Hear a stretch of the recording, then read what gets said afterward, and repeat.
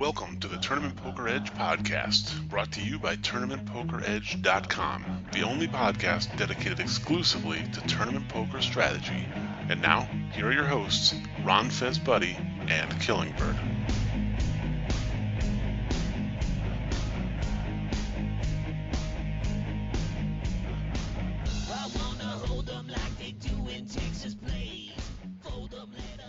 Hello, everyone, and welcome to the Tournament Poker Edge podcast.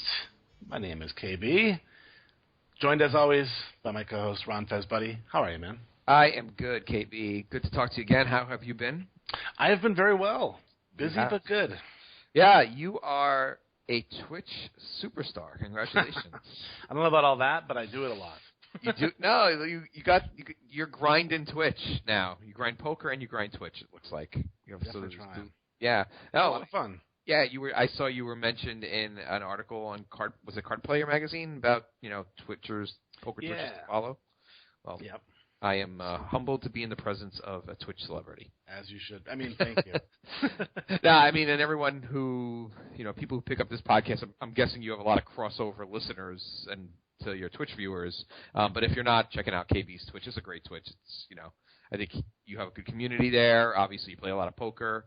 And it's fun to watch, so good for you, man. Thanks, man. Yeah, it's twitch.tv/killingbird if you want to check it out. And it's super lax. Basically just sit there and play tournaments and drink some beers. It's not very strat heavy or anything. It's more just it's like a community. It's just friends hanging out, playing poker. Usually other people are playing at the same time, and it's fun. So awesome. If that's your thing, come hang out. And how's poker treating you?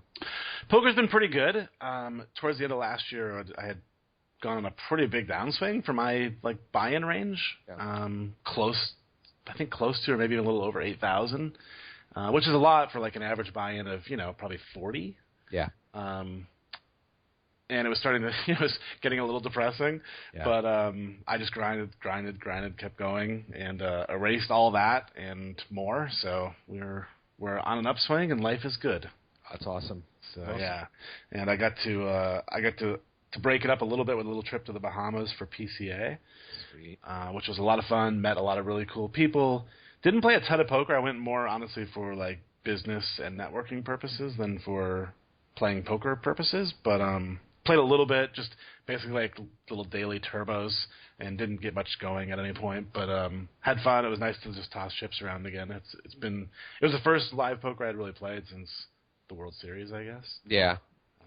So it was kind of fun. Nice. Yeah, I have a little trip myself next weekend. I'm going to go play Foxwoods. It's a $600 500K guarantee, which is going to be a lot of runners for a typical Foxwoods tournament. Yeah. So I'm looking forward to that. And, they got 3-day ones, Saturday, Sunday, Monday, I think. And then day 2 is on Tuesday. I could be getting those wrong. That's the general range of where they are. I'm not sure if it's Friday, Saturday, Sunday, or Saturday, Sunday, but I'm probably going to play the Saturday. And if I make a day 2, most likely be in the money and come back on Tuesday and play it. Which I kind of like that. You don't have to commit too much if it doesn't work out. Right. And then I'm even more excited about the World Series schedule has just come out, so gearing up for that. Yeah, already getting stoked. It's the World Series is like Christmas, and when the schedule come out, it's like when you make your Christmas list. It's a great comparison. You get to start to think, okay, I'm going to play this and this. It really is. It really is. It's like going to see Santa. Yeah. And tell him what you want. Yeah. I'm definitely stoked about it, and we'll get into a lot more detail about what we think about the schedule and what we're planning to play and stuff like that when we get our pros in here. Yeah.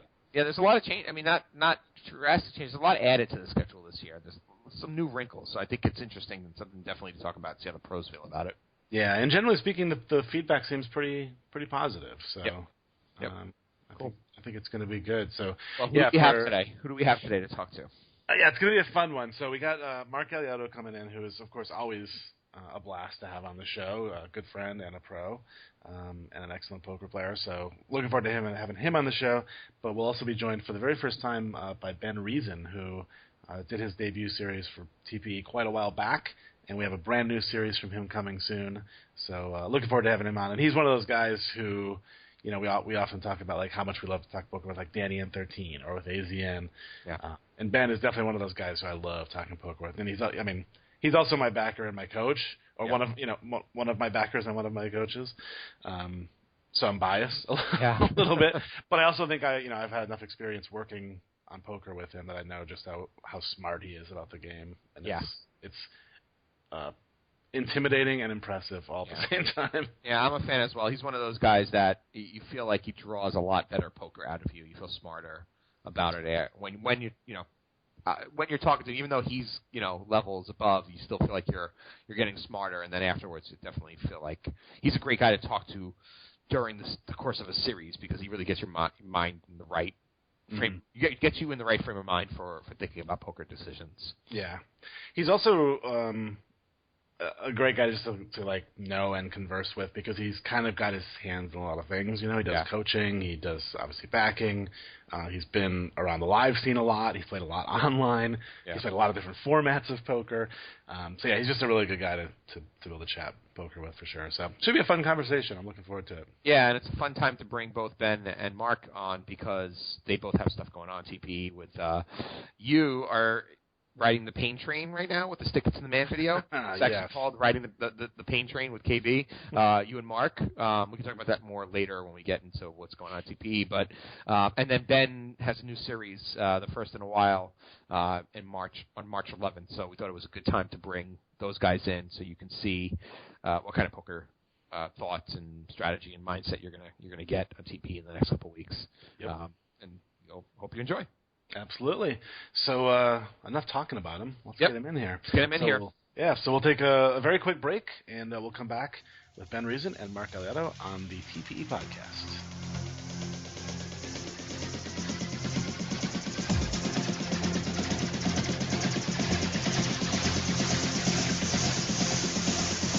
If you are looking for the best MTT training site on the planet, look no further than TournamentPokerEdge.com. Tournament Poker Edge focuses exclusively on multi-table tournaments and features some of the best live and online pros.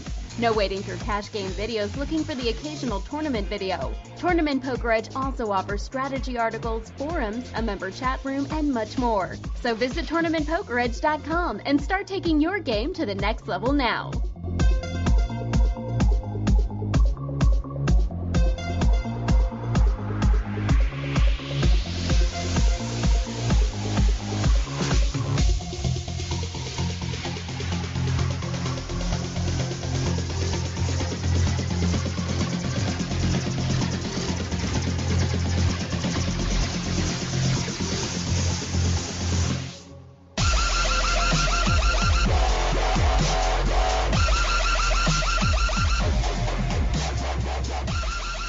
Welcome back to the Tournament Poker Edge podcast. Time to bring in our pros for this episode. We are joined once again by aznAllin007, Marc Alioto. How are you, sir? What's going on, TP Nation? It's been a minute. Happy to be here.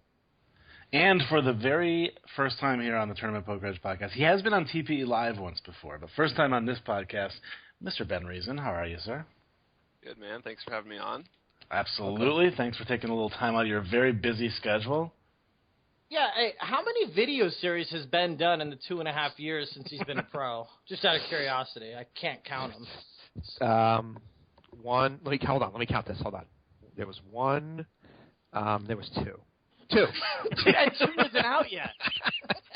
one per year is not bad. One per year is, well, I mean, it depends how you count it. There's a 2-year gap in between them, so we could be, your average is one per every 2 years. Put out a high quality product. So. You like my math? Your first series was great. Absolutely. I'm not gonna lie about that. It was great, but your second just doesn't exist yet. Well, yes, true, but the reason we have Ben on today is because this new series is about to premiere. It should be up March 11th, so for those of you listening to this just as it comes out, that's next week. Those of you who are listening to this down the road, go back to March 11th. Ben's new series is out, and we are all pretty excited to have him back. I know definitely video-wise, one of the best videos that we had in 2014. Hopefully one of the best in 2016. But I will say that just being around Ben, and I know the three of you guys talk a lot of poker. I really enjoy talking poker with you, Ben. You have a great analytical mind, so I think people are going to benefit from that from the series. Cool. Yeah, Ben is actually, he's really good at poker, but he's one of the best coaches. I mean, he coaches me, basically. We do a lot of stuff together, but he's always, basically helping me along the way. Coaching is one of Ben's strong suits, so I'm excited about it, too. Yeah, one of the things that was cool about that series is that it looked really good, even though it was done on, like, a Commodore 64 or something. What is a Commodore 64? Is that an old computer? I think so. I don't know. I made that up. Sounds like an old computer. Yeah. Okay, an Apple IIe. Yeah, LC2. That's even older. All right, so Ben, let's get to your poker story. Tell the listeners a little bit about how you came up, what you were doing before poker, how you got into poker. What was the inspiration for you? I would say games have always just been the inspiration for me. I always been, I don't want to say hustler, but I always like wheeling, dealing, doing type of business stuff. Like 6th grade, I was buying paintball guns and fixing them up and selling them. I was in, the Pokemon card grind. Nice. Definitely started, that was the first thing I played for, was playing for, 5-card draw for Pokemon cards in 4th grade or something like that. Young prodigy. Yeah, so I was always doing stuff like that, and even before the boom hit, I was always trying to get little games together with my friends and stuff. So, is there math in Pokemon cards? I'm serious. I don't even know. There probably is. I mean, in every sort of deck building game like that. Right. I never played seriously, but I assume it's just like Magic the Gathering. It's just like a lot of different EV calculations. So. Right. There's got to be some sort of optimal. Play in certain situations. Definitely. So essentially, you just like taking people's money for a living. That's what you want to do. That's what you've done your whole life. It's beautiful. It is. Well, look, for a lot of people, paying the money is an entertainment cost, right? And for Ben, he's earning a fee for providing a service. So where were you? Where are you from, Ben? Where'd you grow up? I am from Tyler, Texas, East Texas area. So East Texas, okay. And so, when did you get into poker? I mean, is this a moneymaker thing for you, or later? Yeah, it was, again, I was always really interested in it before that, and whenever the boom happened, I sort of just rode the wave, but not necessarily as fast as a lot of my, I guess, other peers necessarily did. I remember playing, I deposited $50 on Full Tilt when I was a senior in high school, I think. And I was just trying to figure things out then, and I would just consider myself a fish for the next, year or two. Yeah. I went through probably $10, $50 deposits, and then I put $40 on, and then studied every single day, never looked back, sort of thing. And everything I have now is from that. But yeah, I would say once I got into college, I met someone, went to SFA, graduated from there. I met someone, Jesse, Chronic ATM on Full Tilt, and he sort of really helped me with my game and sort of gave me a way to start looking at poker analytically and things like that. But yeah, just sort of took it from there.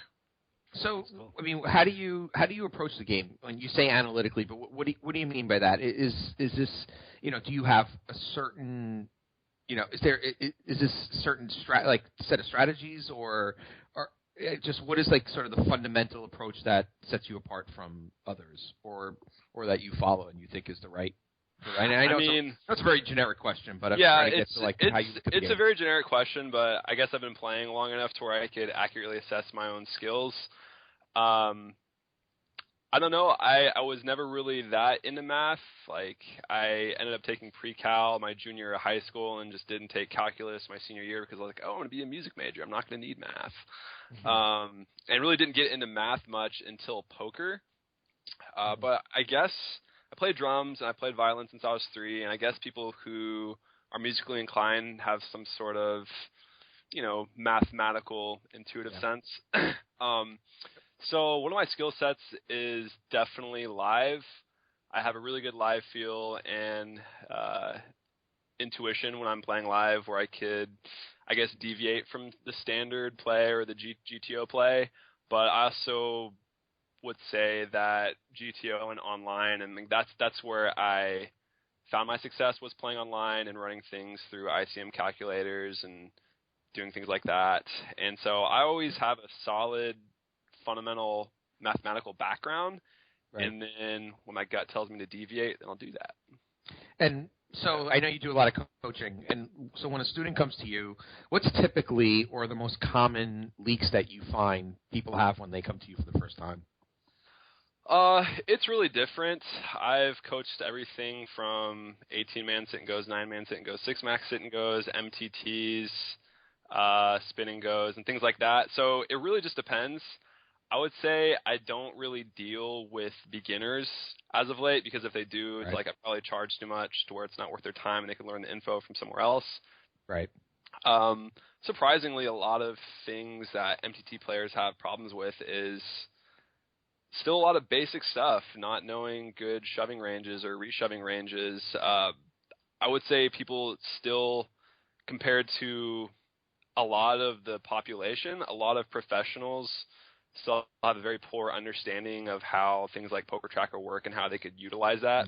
Like, I guess since a lot of my coaching volume has come from MTT players, like, it's a lot easier for MTT players to fudge themselves and think they know what's up because they have the ran hot. And so as a whole, the population of MTT players are not even close to as good as, you know, the serious cash game players or the heads up sit and go players or anything like that. So a lot of ground could usually be covered in just going over a lot of doing a ton of database work, getting them familiar with programs and things like that. Interesting. So cool.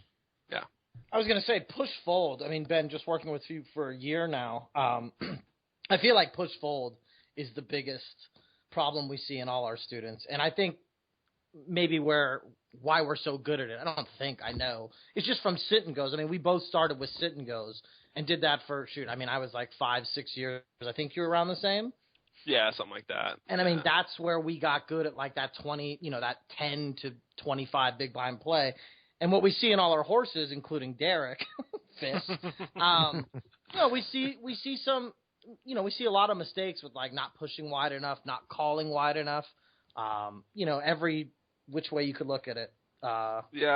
And I guess to say what other standard leaks I would see whenever a student approaches me, I guess turn barreling frequency is probably not high enough. People typically still aren't flatting the big blind, even though that's been a thing for years. And therefore they aren't check raising wide enough, because that kind of goes hand in hand with flatting the big blind more. Things like that. Do you think that, or I shouldn't say do you think, when you're doing coaching, are there people, and I'm not asking this about me, I'm asking this about people in general. Asking for a friend. A friend of mine wants me to ask you guys. Smelling turd. This guy I know. Like if you work with a student who you know is just particularly not very mathematically oriented, do you try to compensate for that? Like, or do you try to get them to work on that, or you just go, okay, this guy's never going to be like a math genius, or never going to be a HUD like expert or whatever, or do you just sort of battle through and force them to learn those aspects of the game? I think it's probably easy to introduce subtle aspects of that and start working on, like, because if someone's not a math expert, we don't have to get into, okay, let's form a balanced, river betting range. But it's like, okay, let's just run things in a calculator and get this to do it for you, and start just with the easier math type things. Because, when it all comes down to it, poker is numbers. So that's math. Pretty important. Yeah. So. Makes sense. Yeah, we're dealing with that right now. We have a guy that is intuitively top notch. Like, he is the GOAT when it comes to like timing tells, just everything but the math. And we're trying to teach him that. And it is a bit of a struggle, I'd say. Ben is way more math oriented when it comes to poker than I am. I'm more of a feel guy, but I respect the math so much where I want to learn everything about the math because it just like when you put it on paper and you know why to do something because if you do it X amount of the time it works like that. I don't know, that works, like it makes sense to me. So like it's been a transition, like just dealing with him. It's been really tough actually, and we've talked about it for hours before. Because maybe it's better to just let him go on his own and not let him go on his own, but just let him play the way he plays. But we don't really know, I guess. Well, no, I think Ben should talk about his live success that he had last year. He had a really sick run. And actually, I'd be interested just to hear kind of how you look at, breaking up live versus online. I mean, do you consider yourself more of a live guy, more of an online guy, etc.? Okay, where do you want me to start? Start with that. Wait, okay, so live versus online or the live runs? Yeah, live versus online. Okay, live versus online.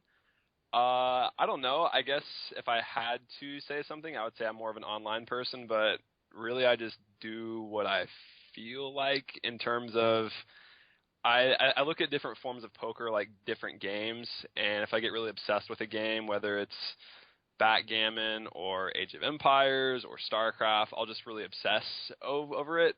So looking through my entire playing career, I've gotten really obsessive over 18-mans and then 6 max hypers, live cash, live MTTs, online MTTs, spin and goes, heads up sit and goes.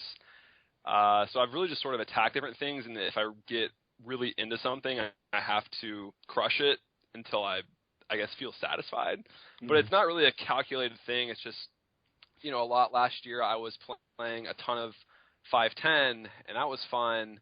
And then I just don't really bother. Like, I haven't played a hand of cash in, probably since the series.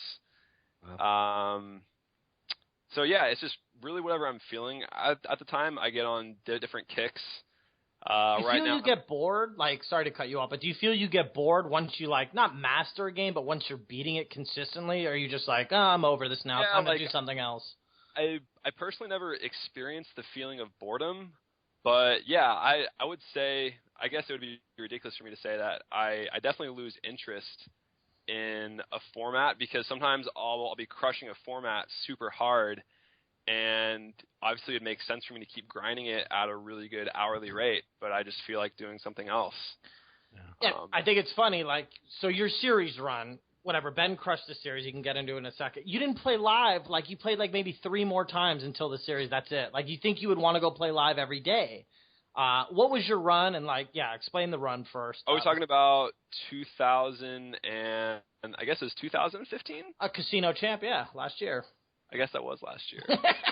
You haven't played that much live, so other than the series. Yeah, I guess I had a lot of different live, like, IRL stuff I was doing.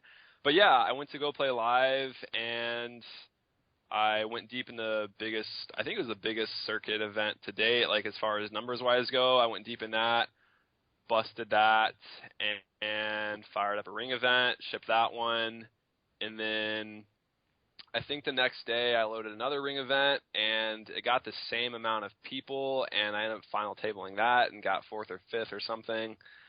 And then I ended up final tabling the main for 5th, 6th, or 7th, something like that. But yeah. So you're pretty good at poker? Yeah. I don't know. I could have been high. It was a pretty sick run. You got Casino Champ, which got you an invite to the National Championship, right? Yeah, that was cool. And then how much did you play after that? Did you play any in between the series? I think the series was maybe 6 months after that. And the series, I was living with you in Tahoe for a few of those months. Right. So thinking back, I was playing a little bit of spin and goes, and then that's when I got bit by the live cash bug and found a really sweet 5-10 uncapped game. Don't tell him! Yeah. Where we were at, probably the biggest honey hole I've ever played at. I actually didn't play it. That's how nitty I am. I stuck at the 1-2 game because it's fun. Yeah, it was amazing. And so I just got really obsessive over live cash and probably end up playing as much cash, if not more, during the World Series. I ended up playing a lot of 5-10 at the Wynn and some at the Venetian, and I think that's a bit. that's about it as far as my live cash goes. But yeah, I was playing that a lot, and I maybe went to go play a run good stop between January and the series, but yeah, I don't think I played any other circuit stops or anything like that. Explain to the nation, you're a Run Good Pro. Explain what that is. We're a clothing company based out of Oklahoma, and we're running tournament series that they are like around $600, $700 for the main events. They're usually re-entries, and they're typically found in the South and Midwest, I think. Wasn't planning on plugging them, so I hope that did a good job. But yeah. I got to tell them what you do. Yeah, so that's what I do. That's cool. One thing that I think would be interesting to get into also, because you guys have talked about working with students and whatnot, is you also do some backing, correct?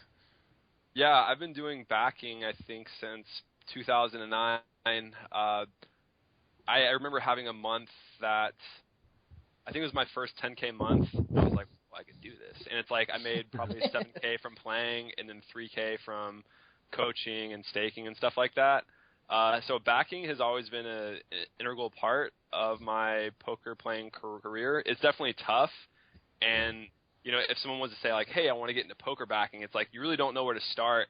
And I'd say the only reason why I've gotten into it and why I like it is just I usually back people for the format that I'm crushing at the time, and I have a really good way of transferring that information to them. Right. And so it's just like I get paid to study, and it's great. You know, I think also, you know, it gets me more connected to poker as a community, because obviously poker could be a little bit of a isolating game or somewhat of a selfish game. And so, you know, that general sense of, you know, helping out your community or, you know, being a part of something bigger, stuff like that. So Ben, when you first of all, I you don't need to share any info you're not comfortable sharing, but like, what's the typical stable size? Like, what kind of scale are people usually talking when they're backing? Is it, you know, you got 2 or 3 students that you work with, or are we talking about 20, 30 people? Like, once again, you don't have to share any details. Yeah, I mean, I think there's probably a lot of different guys that they back 1 or 2 of their friends, and then there's like big stables. Right. So there's probably a few that are in between, but you know, it's like I don't do any advertising like some of the bigger stables. I kind of let it, you know, grow organically. Right.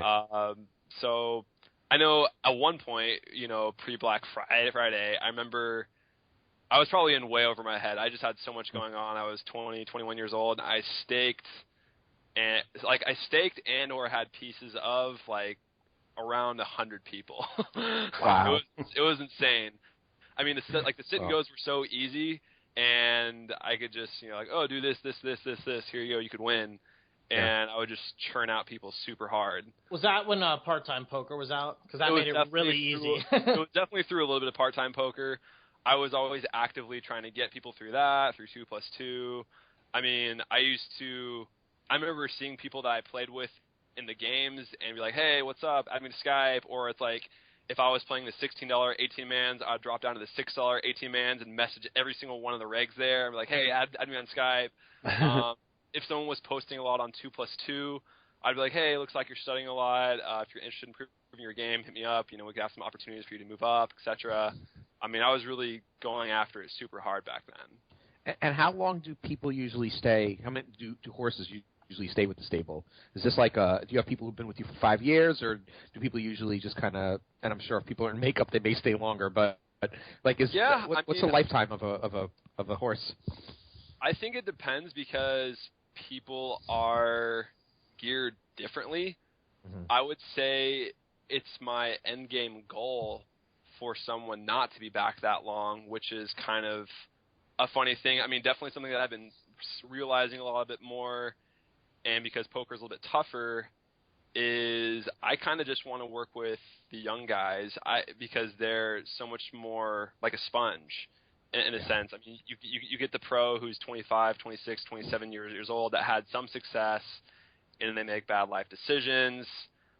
Right. Those are the guys that are the hardest to get out of their rut, because they're so attached to their previous, you know, quote-unquote style. But yeah, I've had guys that have been with me for 5 or 6 years, and some of it is bankroll issues, some of it is risk aversion. I would say there's a lot of different subsets on how horses can fall on the spectrum, but I've also had horses that have been with me for 1 year or 2 year, and I had this one guy.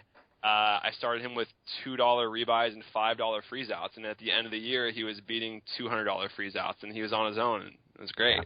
Wow. So it really just depends on how much work they put in. And then a question is, how often does it go bad? I mean, you hear stories of stakies, doing things that are not ethical and just kind of being bad nightmares for. Yeah, I'm sure it's cost of doing business, but. It's gone bad a lot. I've had a lot of money stolen from me. I've had a lot of horses just fizzle out and either subconsciously manipulate it, not manipulate it, to where they're just traging it off. It's gone bad quite often, and definitely more so as of late. Like I would say after Black Friday, the backing game definitely got tougher. Yeah. Because, the games, probably dried up a little bit. I think poker is still very soft, but I guess as, new blood doesn't get added in as frequently, you can't just sit down and click buttons like you used to be able to. You actually have to put some professional effort, which is where I think a lot of guys have problem doing. Right. So it's gone bad a lot. And but that all goes into the end ROI. Like at the that's end, what I'm saying. You still win after that. It's just you take the losses and move on. So like where backing used to be probably like 100% ROI plus. Backing is probably more so falling into the standard but slightly more plus EV business venture where it's like you could pull probably above a 20% ROI backing, but that used to be probably insanely low back in the day. Right. You just give people money, teach them how to play, they would win. Cool. Yeah. And do you when you put together a stable, like, or when you're looking at someone to back, do you look at it like a portfolio? Like, okay, well, I need people who focus on these games to ride out, or playing styles to counterbalance other playing styles. I'm not sure there's much interaction between, performance of horses, but like, do you? There's definitely a portfolio, but if I had $1 for every guy with a 300K graph that needs backing because they fall off, I'd be rich. So I would say it's probably more about the person and their habits and their discipline and their backgrounds and things like that. Their ability to learn and absorb new ideas and be open-minded and things like that. Makes sense. One of the most common questions I hear, particularly like on my Twitch stream as an example, is should I be backed, or why do people choose to be backed? What are your thoughts on it? Like, what do you? I'm assuming people occasionally come to you and literally say, "Do you think I should be backed?" Like, what do you tell those people? I always just tell people it's a very like sort of personal decision that really only you can make. But I don't know. Yeah, I would say there's the professional questions where it's like, okay, should I be backed? And that would be something where it's like, okay, I have a couple $100,000 in the bank and there's these really big games. I think I'm plus EV, but I have other business opportunities I want to pursue. And, if I run bad in these games and I couldn't do that, or there's like this, I'm broke or I play recreational, should I get backed? Mm-hmm. And I would say you should get backed if there's education to go along with it, because I would say, there's hardly a poker player that I know that hasn't come up with their group of poker people. There's always someone better than them, coaching them, helping them along the way. And to have someone that is financially invested in your improvement as a player, that's something that you can be assured of that you're going to be getting good. I guess that doesn't really assure the horse that they're getting good information because their backy or their backer could just be a trage. But small percentage of the time, more often than not. Right. But at the very least, it's that's in that backer's financial interest to make you a good player. You know. Yeah, right. I think there's like the coaching industry is pretty messed up these days, and a lot of coaching is very bad. It's not useful, and there's incentive. Like you could look at the coaching industry and say there's an incentive to withhold information. You can almost look like a therapist. I mean, it's better if you just say messed up in the head because you keep coming back to them and paying them, $100 an hour to tell them your problems. Coaching is a little bit like that. Right. So. Right. It's a good point. I never thought of that. Well, people people overcharge. That's what Ben was getting to. Like, it's kind of ridiculous. People that used to beat the game in, 2009 can still charge $200 an hour or something like that is a crime, and it's unfair. Right. And there's no way, I guess, your average Joe would know that. They don't know how to look at SharkScope and go okay, this guy doctored his stats, so it only has his stats up to this date or after this date. There's a lot of things you can do. It is a pretty messed up industry. Okay, well, people overcharge, and then what coaching does, by the hourly, is you're pretty much selling a bottle of confidence. And it's okay, let's say a student comes to me and hey, Ben, I want to get some coaching. I'm all right, it's X amount of dollars. They pay me that. And then I coach them, and a lot of coaching these days is done via hand history review, which I'm 100% can say that is not the most productive way to coach somebody. And it's the student always feels super amped up and motivated because they feel like they've acquired this new knowledge that can allow them to beat the games in a way as never before. So they end up playing their next session really mindfully, really focused, sitting up straight, eyes glued to the screen, just in that hungry mode. And oftentimes it's if someone has success, oh my gosh, I just got coached and I won. Oh my gosh, Right. And realistically, for someone to, receive some knowledge and apply it, it's okay, maybe that actually made your game 1 or 2%, 3% ROI better in MTTs. It's not going to make that big of a difference. But if you think you're just going through a hand history and improving a ton when you're looking at these isolated spots, I mean, that's a joke. It depends. Yeah. I'm going to disagree with you a little bit. I think it depends on your skill level. If you're beginner to intermediate, I think a hand history is a good way to get better. But I think once you get to good to great or really good whatever, I feel we call it mental masturbation a little bit. Yeah. I can say that. That's what it is. Looking at hands and talking them out. I think what you wanted to say too is that there's way better ways to spend your time. There's much better ways to spend your time, crunching numbers on PO Solver. And then what you've been doing with population tendencies now on Poker Tracker 4, that was, KB, you were there for that, right? Yep. You weren't talking though, I believe. You were muted. Yeah, I had a plumber in my office with me. Well, all right. Well, that was a really good session. I felt I got so much better seeing what other people did.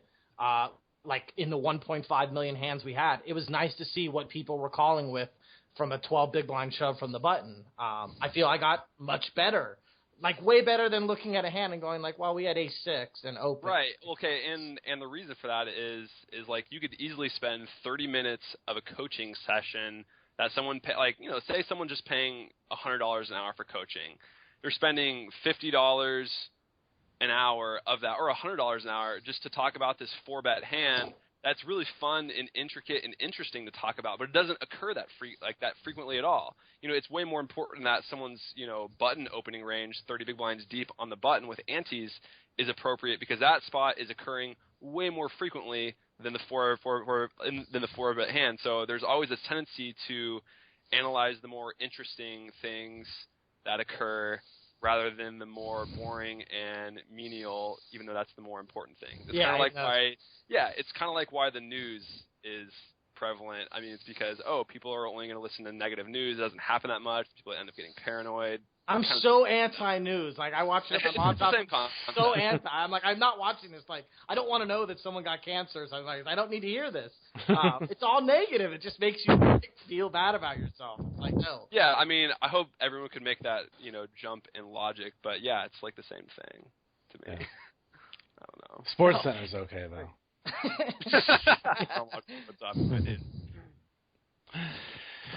Cool. Anything else before we jump into some hands, Diego? You know what we got to do? We got to talk to the WSOP. Yeah. Yeah.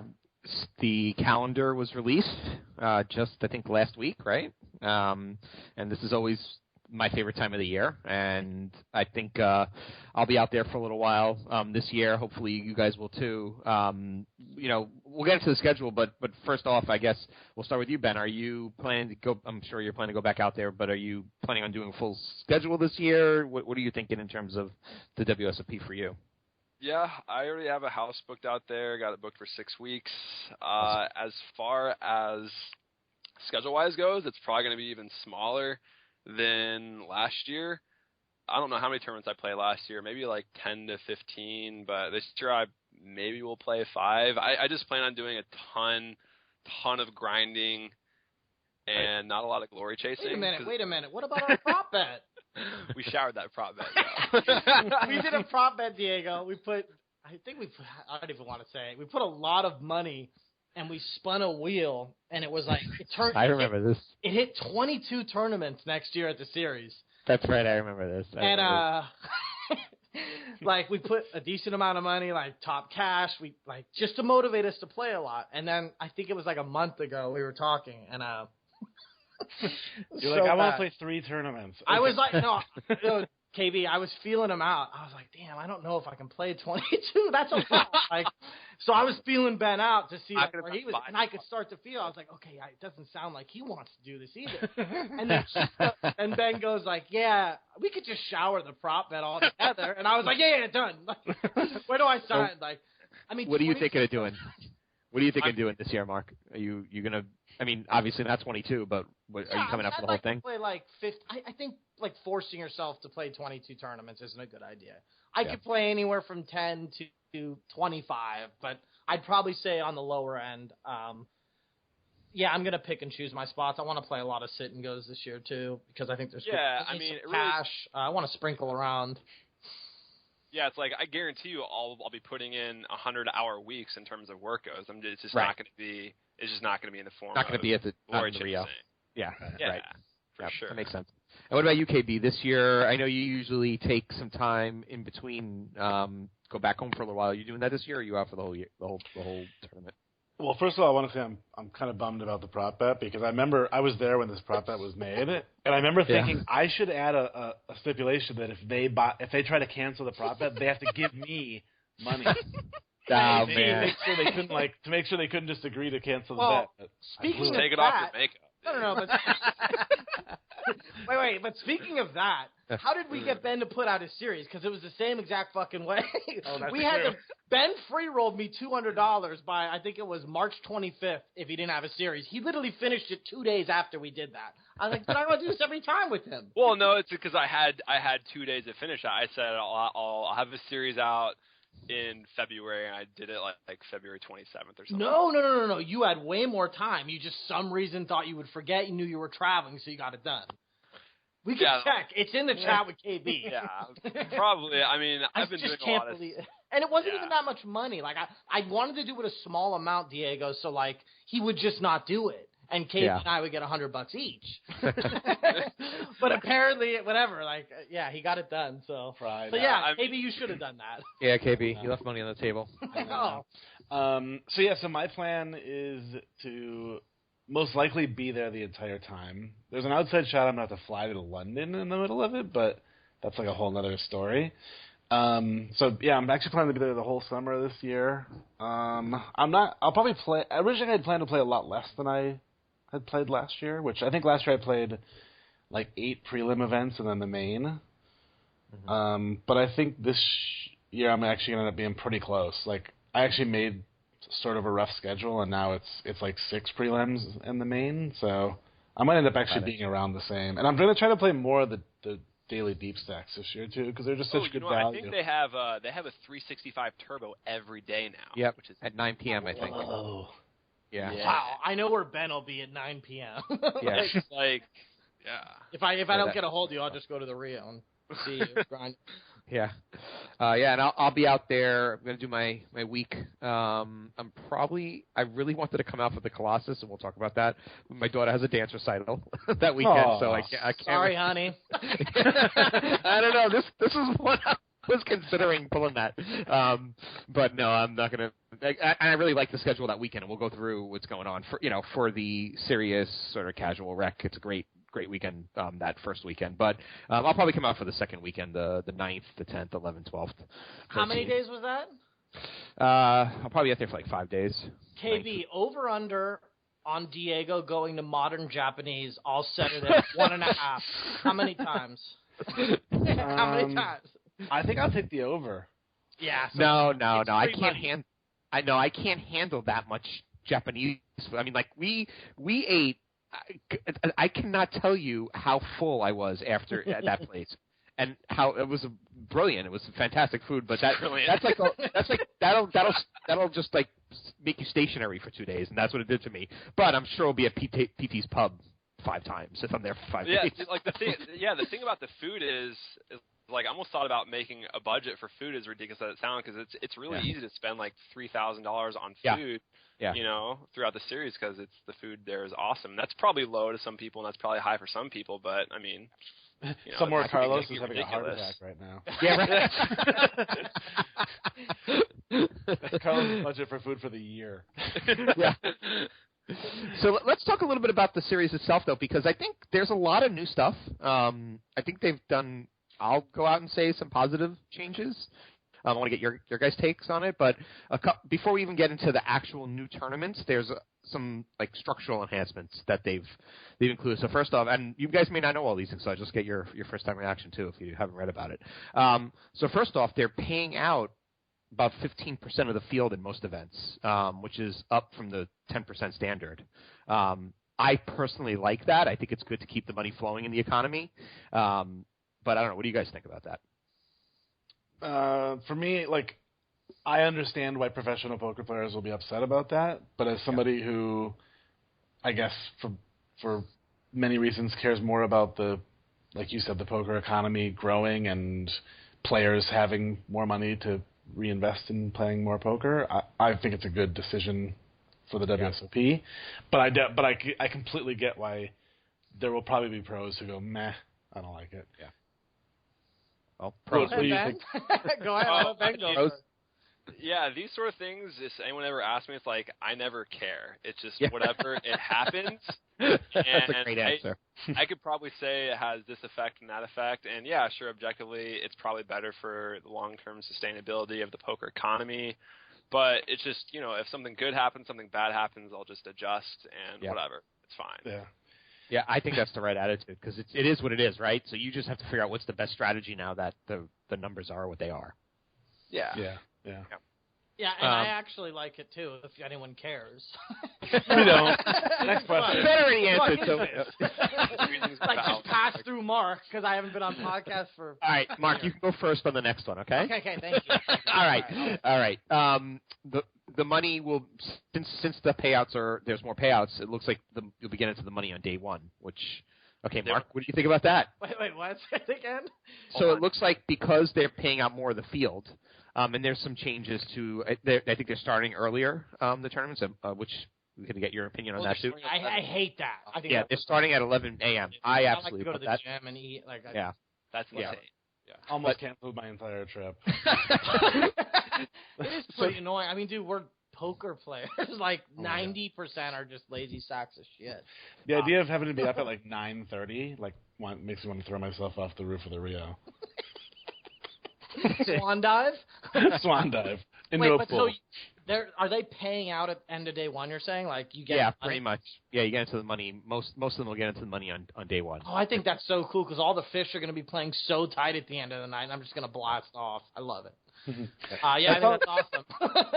That's actually something See, I'm already thinking about strategy. You get that? Like, I don't know if I haven't really seen too many people's reactions to that part of it, but that's got to be kind of good for grinders because it means you don't have to come back and you're not going to bag 12 chips and 12 big lines, and you're not in the money and have to come back and play the next day at like 2 or 3 or whatever and miss that day's noon event. So yeah, that's kind of a cool. I guess people will get better sleep. Yep. You know? Yeah. Knowing they cashed. Yeah. True. Not being stressed out about it. And then there's some. Sorry, go ahead, KB. Oh, I was gonna ask Mark if he was upset about one of the biggest rule changes that'll probably. Hold on, wait for this. Go ahead. It's gonna be a joke. Well, I saw that they banned the booster seats. Ben, why the fuck are you laughing so much? And Diego, you'll be right next to me in your booster seat. We've already. No, I have polar hair. What if they couldn't do that? They could not do that. Don't worry, Mark. You can bring. No, I know. I believed you for a second. I got a little nervous, but there's no way they could do that. So I'm good. I'm sorry. Go ahead, Dick. All right, and then finally, Casey's not on the podcast, and I still got to eat shit. I love it. he's been feeding lines the whole time. You're in a secret Skype chat with him. Yeah. He's like, yeah, call him a midget now. Ben, this is your first time. This is what always happens. So if you want to join in, go ahead. Got it. Okay, and then finally, structurally, there's also going to be 5 times the starting chips for the. Let's see. Is that for all or for the 10? Sorry, I should have read that first. I know the main event is now 50K, right? The main is 5 times, and I'm not sure if the other ones. Well, they changed that last year, where I think everything was 5 times, right? Like, weren't things 7,500? Yeah. I don't remember. Yeah. Okay, so they're all 5 times now. And Start then with 5K and the 1Ks. Yeah. Yeah. You're right. So they're all 5 times, and now the main event is 5 times too. How do you feel about that, Ben? That's a lot of chips. I enjoy that. Yeah, I mean, yeah. Because I'm good at. Yeah, it's just more plus EV. You're going to have a higher BB per 100, more room to adjust, more room to be patient. Although I don't know if the impact is as big as you think, because they changed the blind levels too. So the first blind level is 75-150. It's not, was it 25-25 or 25-50 for the first one? No, you just start as 51. You used to start as 51. That's right. Okay, right. Yeah. So I mean, obviously not greatly increased, but they introduced the ante after level in level 3. So I mean that's like a WPT cool. structure. Yeah, it's 75-150 for level 1, 150-300 for level 2, 150-300, 225 ante for level 3, and then so on and so forth. It goes up. So They yeah, I mean, yeah, 100, 200. They did, which is interesting. Oh, dirty. Yeah. So, and It then is what it is. I don't think. Yeah, I think it's not as big an impact, but I think people just like having all those chips. Yeah, it's still going to be the most amazing tournament that you can play all year, no matter what. So whatever.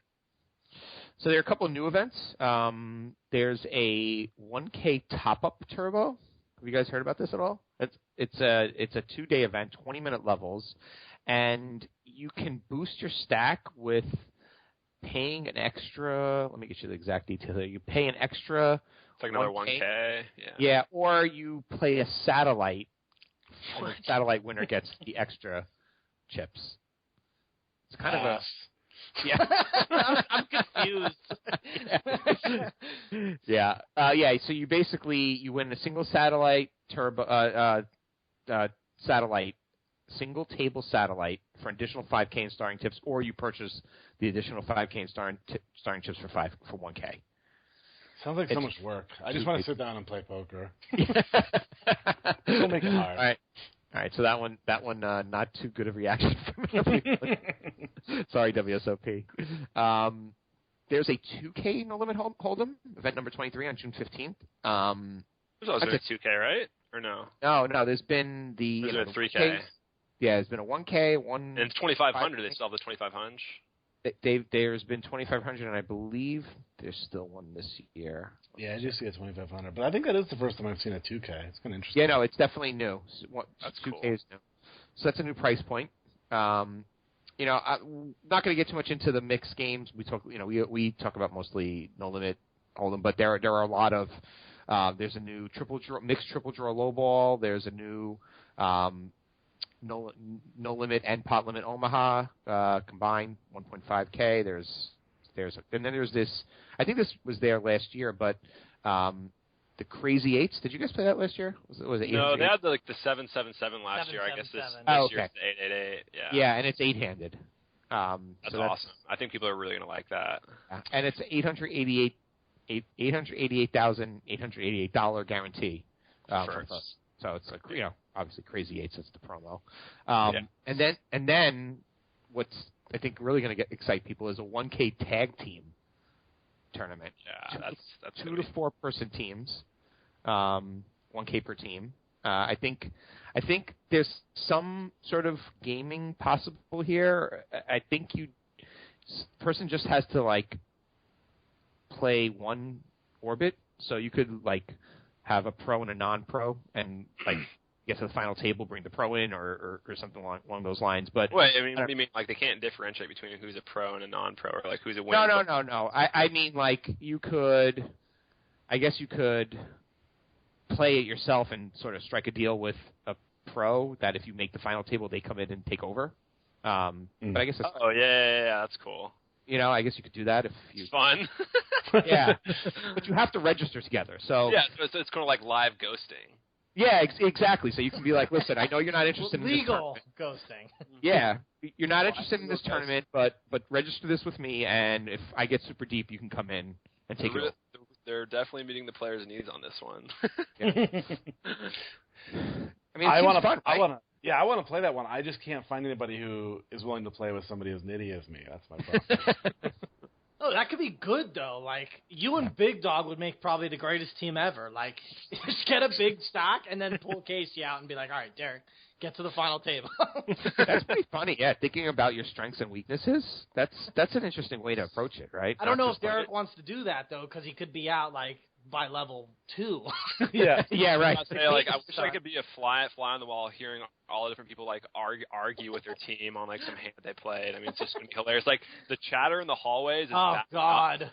Yeah. We're gonna be in the hallway, Derek. Earmuffs that week. This one's gonna be just insufferable. It's just gonna be sick. And you can't, just to be clear too, you could tag a teammate anytime you're not in a hand, so you can't like change out in the middle of a hand. So that I think we were wondering about that. Yeah. No, that's gonna be fun. I think that's gonna be pretty cool. Actually, I'm kind of pumped about that. Yeah, it's kind of cool too because it's like like let's say you put a 4-person team together, you only put in $250 each, so you can almost kind of look at it as just like a fun. Right. Like a fun. Yeah, it's like I would say in general, poker needs a lot of novelty type aspects, and this is a good tournament for it. So yeah. Yep. So those are the new ones. A lot of the big popular ones that have been introduced over the last couple of years are coming back. So obviously the Colossus, it's a $7 million guarantee. I believe its first place is guaranteed $1 million this year. That's the kickoff weekend. That'll be a madhouse. I didn't play it last year, but I'm assuming, did you guys play it? Was it as crazy as? I passed it. I mean, I wasn't. There's just no way I don't know. I played it, and I waited in a long line. I'm just old. I'm not doing that. Let me register online for it. I'll buy 4 bullets right now, so I don't have to go stand in a line for 45 minutes. You could have done that. Yeah, I could have. Yeah, you definitely could have. But the thing was, didn't you have to do it months before? There was a date. Like I'm not even sure. Mr. Procrastinator made 1 TPE vid in 10 years. Can't say shit. I think I'm just gonna fire 1 bullet at it, so I don't have to worry about like getting back in line and stuff. I'll register like 2 days before. Sound like a bitch, right? Yeah, whatever. I don't want to do that. I just want to play. I'm with Derek. I want to play. Yeah, I mean, it's definitely going to be a good value tournament, but I mean, just people need to look at it for the EV of what it is. It's like if you're a good winning tournament player, like your EV in that tournament is, well above 100%. So it's like every time you play it, you're going to make, $700, something like that. Right. More. Right. Yeah. Whatever. Yep. One thing that looks disappointing to me, I'd have to look back at last year's schedule, but I think they did not fix the online structure, which is a real bummer.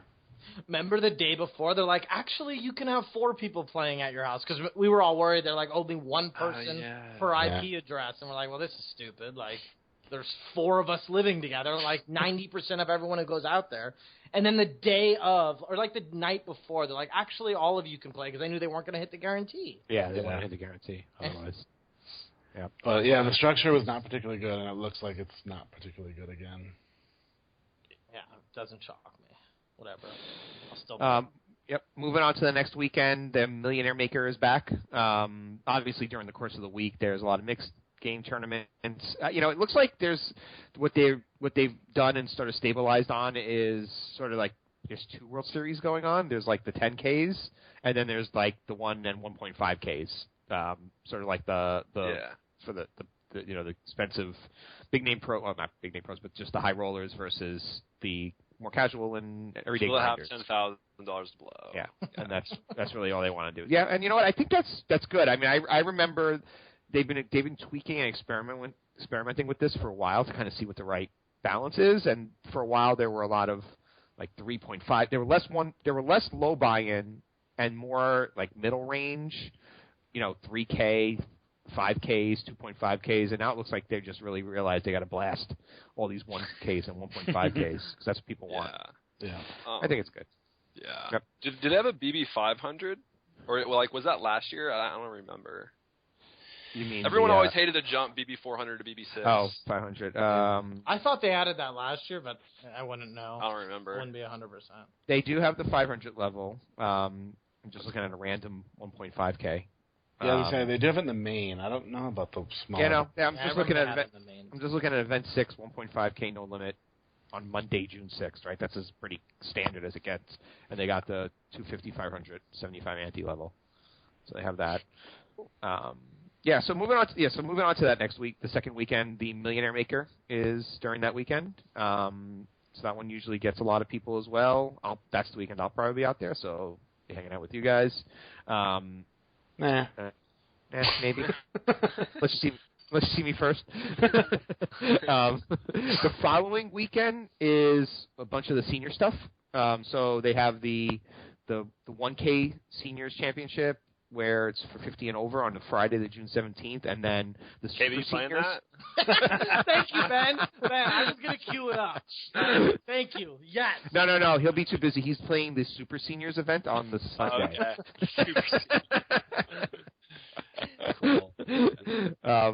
So that'll be full of seniors that weekend. Yes. And good man. You guys would be so jealous if I could play the seniors event. Yes. No, because I'll just buy all your action. No, that's one that I would never sell action to, and I'm not joking. Remember, there was somebody at the TP meetup last year was like, "Yeah, I sold some action for the seniors event," and we're like, "Why?" Yeah, I remember we had like a 3-hour conversation. We're like, "Don't ever do that again." In fact, I think you might have said something to that person like, "If you want to sell next year, I'll take all of it." I gave him my I did. I know exactly who it was too, and I think you fucked up my. I keep swearing. I'm sorry. It's because I had 2 beers.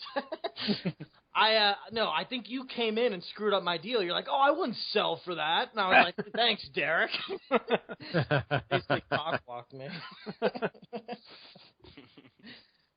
So they have this year the Summer Solstice event, which is 90-minute levels, and it literally says 90-minute levels, 5-day event. This event structure has the same effect as Monster Stack event in terms of extra value with 50% longer levels, but they also have the Monster Stack. So are they just? Are they just? Hopefully, we see like all the hippies come out with their crystal car protectors. Summer Solstice. It's like 888. That's awesome. I'm just trying to understand. Is this basically they just have the? Well, I guess the Monster Stack is the same 60-minute levels, but this. Okay, I get it. So the Monster Stack is 15K starting chips, 60-minute levels. The Summer Solstice event is 7.5K starting stack, but 90-minute levels. So they're saying basically it's the same thing. They're just giving 2 deep stacks. Do they still have the ante-only event? You know what? They do not. I don't think so. That's always been fun, and that one is always on like the weekend of EDC. And so it's just like all of the pros are just gone. Yeah, right. No, quick scan. I mean, no, doesn't. I could be wrong. There's a lot of events to scan through, but I don't see it. I didn't see it at all when I was reading through this earlier. So no, they don't have it. Yep. So then the next weekend is the Monster Stack, and once again a bunch of 1Ks and 1.5Ks. There's a 1.5K bounty, and then you're leading up into getting closer to the main event. The weekend before the main event is the Crazy Eights that we talked about. And then they're doing then the tag team is the Wednesday before the main event. Then before we talk about the main event, they're actually doing the one drop, the little 1-for-1 drop after the main event this year. What are you guys' thoughts on that? I won't be playing it. Yeah, be out of there already. Once I bust the main, it's a good game. Yeah, like there's no way I can go sit down. I just couldn't go sit down at a 1K. Yeah, I mean after that, like it's just you're just too bummed out. Right. Depends how you bust. Yeah, true. I remember last year, people. I remember last year after the main. I forget who. It might have been like maybe even Ben or Ryan or somebody was like, "Yeah, we're gonna play this like win 1K or whatever after the main." I'm like, nope. I remember I busted and I got my flight today. I mean, I punted though, so I was out. Okay, but you should look at that as a strong point. I mean, definitely, usually every post slim you go to any circuit stop, even like the 365 post slim after the 1675 main, people are just and if you just aren't a mental game fish and you could focus, like the EV of that tournament goes way up. I mean, I typically don't play that one because of the rake and showers that, and I don't like how WSOP treats the whole rake system and they use it for their donations or whatever. But yeah, I mean, as far as a post slim, I mean, people are going to be playing way worse. I mean, Assassinato, one year, he busted the main on day 2, registered the 235, and just grinded it and shipped it. I mean, Assassinato was out there a week. Like, I get it. Like, if he was out there a month and a half, I'm doubting he registered. Yeah, I mean, that's definitely something I've observed myself. I mean, I agree with you, too. Yeah, I definitely knew there was a problem when it's like, I'm playing these 365s events, and all of a sudden I'm like, usually if I'm playing a 365 or a circuit stop, and I'm at the main event, I'm all geared up, I'm focused in, I'm feeling good. But then I saw myself, in the middle way through the series in a $1,500 event, felt like a 365, and I just wasn't focusing or not paying attention. I'm like, yeah, this is bad. I need to take a few days off. No, and I think you're right. I think it is a leak that I personally would bust the main and then not play something after. I think. Like you see guys like Doob too, staying all the way out to the Venetian and stuff, and who wants it more? I totally get it. I respect that too. I think it is targeted to more of the people who are coming out for the main event, and you come out just for the main event, and if you do bust, if you're only there for that, it is nice to have something else to play. Absolutely. And I think it's probably geared for that crowd more than for you guys anyway. Yeah, for sure. Yeah. And I do agree with Ben. I mean, I think there's probably great value there for sure. But I think you also have to kind of know yourself. Yeah, for sure. That's enough. Most important. Yeah, that's the most important. Unless Ben wants to put me in it, and then I'll play it later. No, pass. Cool. And I think I it's don't a cool think schedule though. It looks like a fun schedule to me. Yeah, the only other thing I want to say is I don't think they're doing they're doing the online bracelet, but I don't think they're bringing people in to finish it up live. Yeah, it looks like it's day 1 is the only. It's a 1-day event, and it says play until a winner is reached, and all play this year is contested using the online software at WSOP.com in Nevada. So cool. So it's an online tag team event. It's right. Unlimited number of team members. Yeah. Cool. Well, I'm looking forward to it, and it's going to be exciting to go out there and play and just hang out with you guys. To highlight they got the bounty again this year too, which I was really. They do have the bounty. Yep. One thing I want to say is I think it's good to obviously advertise for the WSOP at the Rio, but I think like Ben, you should talk about some of the value stuff, especially for the TP community who's doesn't want to come out there and blast 1,000. Here and there, I'll just say Planet Hollywood has an amazing series they run the entire time. Ben, you played a lot of those events last year. Yeah, I mean, I'll just play where there's value. I passed the 1500 WSOP 6 max to play the 1K at Binions. That is hard because Binions is a dump. And I love Binions. It's my favorite casino. Yeah, but it is a dump.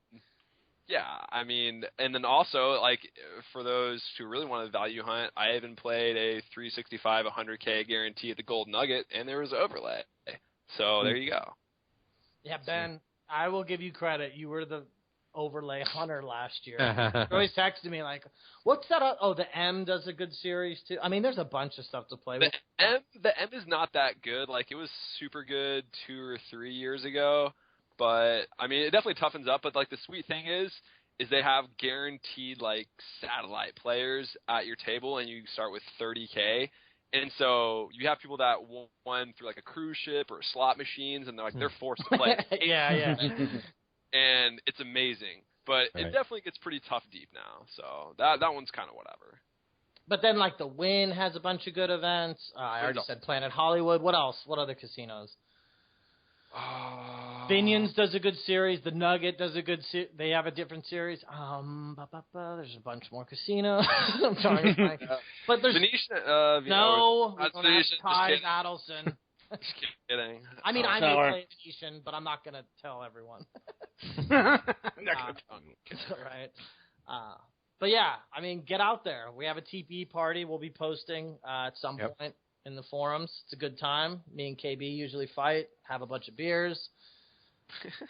Ben will join in too. Hopefully Diego's there. Yep, absolutely. And shuffleboard.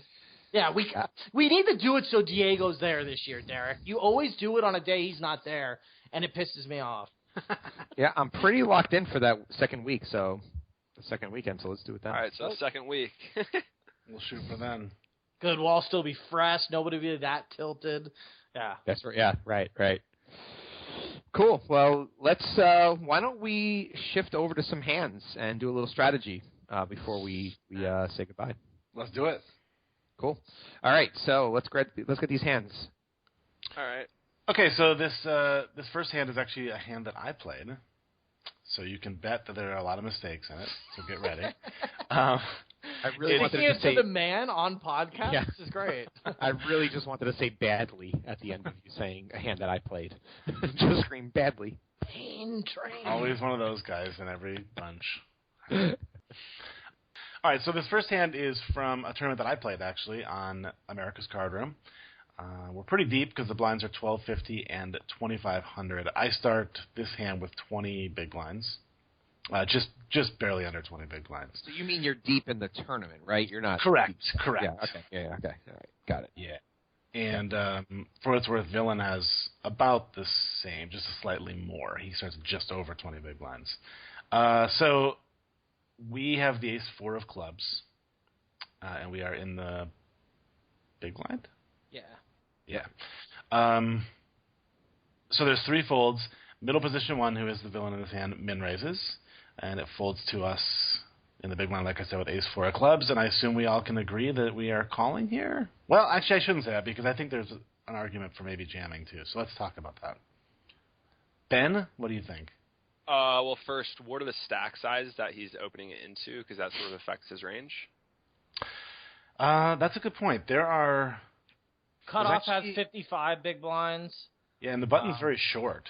The button has 3.5 big blinds. Small blind has 10. Yeah, so he's opening into like pretty short stacks. Middle position has 20. Yeah. I mean, obviously a huge stack, but then like some pretty short stacks that he has to call, I guess is the way to look at it. Right, so that probably tightens up his range a little bit. Yeah, well, I think that's a good place to start, though. Like, so if I'm playing this hand, I'm going to start with thinking about Villain's opening range, and I'm going to say it's pretty tight, so I wouldn't jam here. Rejam. Yeah. I think our hand plays fine post, especially that it's suited. I probably wouldn't jam like ace-6 off, unless like I had a read on the Villain that he was opening. I don't know, unless he was super aggressive, but I just doubt that with the stacks behind. And he has a big stack, too, behind him. So, yeah, and like a 10 big blind stack, a 4 big blind stack. So, yeah, I'm with Ben. Like, I think he's opening pretty tight, so I think flatting here is optimal. Yeah, it seems like an ace-10, 5s type spot as far as our jamming range. Jamming range. Yeah, I was going to ask that. What do you guys think we should be jamming there? Ace-10 off? Yeah, I think that's reasonable. Okay. Ace-9 suited, and then what about pairs, Ben? Start us. Yeah, like 5s. God, would I jam 2s here? Yeah, you're probably right. Yeah, so 5s plus, ace-10, king-queen suited, we're going with king-queen off, we can flat. Or maybe both we flat. Yeah, it's either or. I would say. Splitting hairs there. And what about like king jacks and stuff? Just flat? Yeah, I think it's good to have some of those in our flatting range. Okay. What do you guys think? Just putting what is his? If you guys ship, like, what's his calling range? Like, what is he opening with the intention of getting in? Well, I think he's going to have a calling range. Obviously, he's calling the button who has 4 big blinds with whatever he's opening with. I think the small blind, like, there's different, obviously different stack sizes that he's going to call. So no, I mean primarily against you guys. I imagine he's opening like 17% and calling like the top 10% of hands. And what's the bottom of 17%? Like, that has a lot. I mean, like ace 7 suited, ace 6 suited. Is that too wide? That may be a bit too wide. It depends what 17% you're talking about. I'm just imagining it's going to be more ace heavy. Right. I mean, if I'm villain, like, I'm probably opening like ace 7 and just saying, well, I'm going to call the button and just fold to everybody else, including the small blind who has 10.3 bigs. Yeah, is that reasonable? No, which I think is totally reasonable for sure. Yeah. I'd probably call call ace 9 plus. Yeah. But then again, I'm going to shove some of those. Yeah, it's like something like ace set, like ace 7 offsuit would be at the bottom end of 17%, but I think people might be more inclined to be opening things like jack 10 suited, queen jack suited, and have that in their 17% rather than some offsuit aces. And they probably should have the offsuit aces, but I think both. It just kind of depends. People are going to, break their ranges down differently, etc. So. Yeah. Got it. Yeah. Okay. Makes sense. Okay. Wait, so what were you asking again, though? We didn't answer Diego's question. So we're just trying to find out, like, what he's going to be opening, what he's going to be calling. And, let's go back to his calling. 10%, basically. 20 bigs. I mean, it's probably even tighter than that. Yeah. Like ace 10, I'm not calling ace 10 suited plus. I'm probably like ace jack suited plus. Yeah, so probably something like 8% where he'd be calling sixes, ace 10 suited, ace jack off. That sounds reasonable. What's 8%? So you said sixes?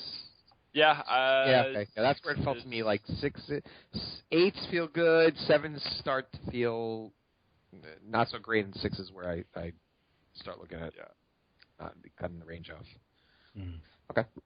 I'm always curious about that because I hate getting in that situation. Yeah. But I think sorry to cut you. The middling, I think like the king X's and stuff that he has here, like if he has like king 10 and stuff, I think those play much better as just an open rip. For him? Yeah. Is he middle position? Middle position 1. He's got 20 bigs. Yeah, I mean, middle position 1, we're full ring. Okay, fine. So I guess that's the hijack? Is that what they call that on Poker Tracker? I guess so. Ben. Yeah, no, default to Ben here. What is it exactly? No, it's under the gun 3, right? Yeah, but it's right before the cutoffs in the hand history, so it must be the hijack. So it's the hijack. So it's a hijack? Yeah, then I think I'm gonna be open jamming king jack O, and I mean I'll probably raise fold king. I'll probably raise call king queen to the small blind button, and raise fold king queen to Derek if he did rejam. Yeah, it kind of depends. Like, I think people on WPen definitely aren't calling 20 big blind jams properly at all. It's definitely hard to quantify how it's going to play better or not. I mean, jamming there certainly isn't bad. I mean, that's going to be fine in like Nash-wise. Yeah, so it just kind of depends. I think either or is fine. But I would say, like, when we're assuming someone's range, we should probably never assume they're jamming king 10. Absolutely. Yeah. 100% agree. Yeah. Okay. Cool. All right. So let's. So I opt to flat in the big blind with my ace 4 of clubs. So we go to a flop, and the flop is 4-6-6 with 1 club, 6 of clubs. Gin. Yeah, it feels like a pretty good flop. Yeah. So thoughts here? I mean, checking, or I don't really see a whole lot of value in leading, but maybe you guys will think differently. Before they answer with probably the right answer, I would agree with you. I'll just rather I agree with you. Okay, let's take it a step further. What hands would we lead here, if any? I certainly probably don't have a leading range here. Yeah, I don't think I do either. But I think like 5-7 and like 7-8. I don't know. I probably like those as check shoves way better. But I think it's interesting to think about at least. Although it's not something I don't lead much. Which is probably a leak anyway. But yeah, Ben, go ahead. Yeah, I mean, I don't, in this specific spot, I wouldn't say I have much of a donking range, and like we could obviously construct a balanced one, and because of the fact that the field doesn't really encounter donks that often, might be a good argument for us to construct a balanced donking range and then seeing how people respond. Having some sixes in that would be kind of cool to like. I don't know, like we don't have sevens or anything, so like, what is our value? I'm getting like we can't have like are we gonna have 2 pair in our range here, like in our donking range, or is it just like heavy 6X and then like gutters open ended? Right. I mean, the fact that we're flatting so wide, I think it makes a lot more sense for Villain to just like allow him to bet, because like we're sort of at the top of our range at this point, and I think Villain's going to be c-betting, maybe even over c-betting on a board like this, especially on 4-6-6 rainbow. Yeah, I agree. Right. Yeah. So yeah, donking's out of the question. Okay. So that's good because I checked. And then Villain bets 2.6 big, so into a pot of 5.3 big. So basically exactly a half pot. And this is kind of where I think there's a couple of different options, because I can certainly see raising, but I can also see just calling. My only worry is that like we were going to hate almost. Well, we're not going to hate every turn, but we're not going to like most turns. Like, because it's almost always going to contain an overcard. Thoughts? Yeah, but you have, like, the key overcard, so you're not... True. I'm not worried about turns that much. That's a good point, especially if we put him on, like, heavy... We were saying earlier that his hand is a lot of ace-X, contains some ace-X. I mean, I'm not going to like kings or queens on the turn, but obviously aces are good for us, and most turns are not going to hurt. Right. And if it's club, it's even better. It's fine. It's even better. I think like when you rate, like, I mean, we're like, if I'm gonna check raise here, I'd like to know I can get called by worse, and it just depends on this player's skill set. I think like there's merit in check raising here against really good players who will like try to be heroes with ace kings, ace queens, no pair type hands. Yeah, I'd be lying if I didn't like check jam this some of the time, but I think check calling is probably the best line. Okay. Yeah. Especially with backdoor flush. I think if this was a button versus big blind scenario, or possibly even like a wide cutoff versus big blind scenario, check raising would be the play. Even the general population folds to check raises on paired boards like 70% of the time, so everyone's way imbalanced in terms of betting. And so like when they bet, and if we made it full pot, so if they just bet 1 into 2 and then we made it 3, it only needs to work 50% of the time or more to break even or show a profit. So the fact that people are bet folding like 70% of the time on paired boards is pretty sweet. So it's like, this is probably like paired boards in this scenario. It's probably a spot where we could be just ever so slightly imbalanced towards bluffs. I was going to say, like, if that's the case, we should just have all bluffs here when we check raise. Yeah, probably not all bluffs, but definitely mostly bluffs. I think we definitely should mix in some value, but yeah, this hand for me, it's going to be definitely a check call, but check raising and check call donk leading turns sort of have the same effect. And I could see myself doing that on a lot of turn cards, but I would definitely just be check calling here. Okay. Cool. That is exactly what we did. Pat yourself on the back board. Yeah. God, I'm good. All this switching is paying off. So we go to a turn now with a pot of about 10.5 bigs. So we each have about 15 behind. And we see a turn of the king of clubs. So now the board reads 4, 6, 6, king with 2 clubs. We have the ace, 4 clubs. So bottom pair, and now the nut flush draw to go with it. And is this the kind of card, like you mentioned, Ben, that you are sometimes going to donk turn? Is this like the perfect card to do it on, or not? Because the fact that we turn the nut flush draw, probably not. I don't really see a lot of better hands that we would get to fold. Like, if we go check, call, lead, I mean, I would assume that most over pairs that c-bet are calling. Mm-hmm. And then we're blocking some ace highs, so we're not really going to get a lot of calls from ace high hands. And we don't need to protect because we have the club draw now, so it's not like we need a lead here to protect our equity. Right. Yeah, Derek, I want to ask you before anything else. So what is your plan here? I played this hand a while ago, but as I remember it... Well, we're playing it now. Yeah, I think... I think my intention was to like, check shove this turn. And I don't know if that's terrible because, like you said, we pretty much just get called when we're beat. I mean, although we do have, obviously... No. Okay, go ahead, finish, sorry. I was going to say, so, I mean, obviously we have outs, but I feel like we essentially...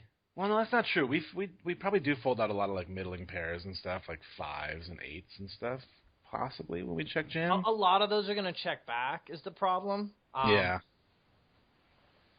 But some of the time they're going to bet for sure. Like, why not? I mean, you don't have too many King X floats in your range, other than, like, King 4 or whatever. Right. Yeah, I like your reason. I think check shove would be...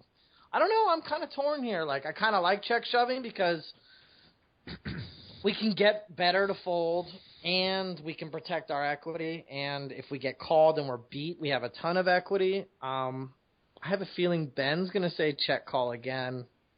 Diego, what do you think? I would check call here, and I think the reason is that I think it leaves. I trying to figure out the stacks here, but I think it gives him a good size to try to bluff the river. Oh, so you're going to hero. I mean, that's okay. Yeah, I'm saying you're going to call river. You're going to check call turn and then check call river. Yeah. I'm not going to. Yeah. I mean, I'm setting that up because I think I find it. If I bet here, I'm not sure I'm going to get called. I'm not saying. If you lead, you mean if you're. Yeah. If I lead, yeah. And if I check shove, I think I'm just going to not get any more equity, get anything out of this pot when I'm ahead. Yeah, but we don't necessarily need to now. The pot's pretty big. Yeah. He's probably going to rep the king a decent amount of the time. Yeah. I think like he would rep like not most overcards, but certainly king, queen, ace. I think he's going to bet all those again. Yeah, I don't know. I'm pretty split. Like, I kind of like check calling, but I kind of like check shoving just to protect our equity, especially since if he bets, like, I'm guessing he's just going to fire half pot because he bet half pot on 4-6-6 anyway on the flop. So, yeah, I'm guessing he's going to bet real big again, and I'd probably just rather take it down, protect equity. Yeah, that's kind of what my thought was, too. Let's go to the GOAT. Yeah, what do you think, Ben?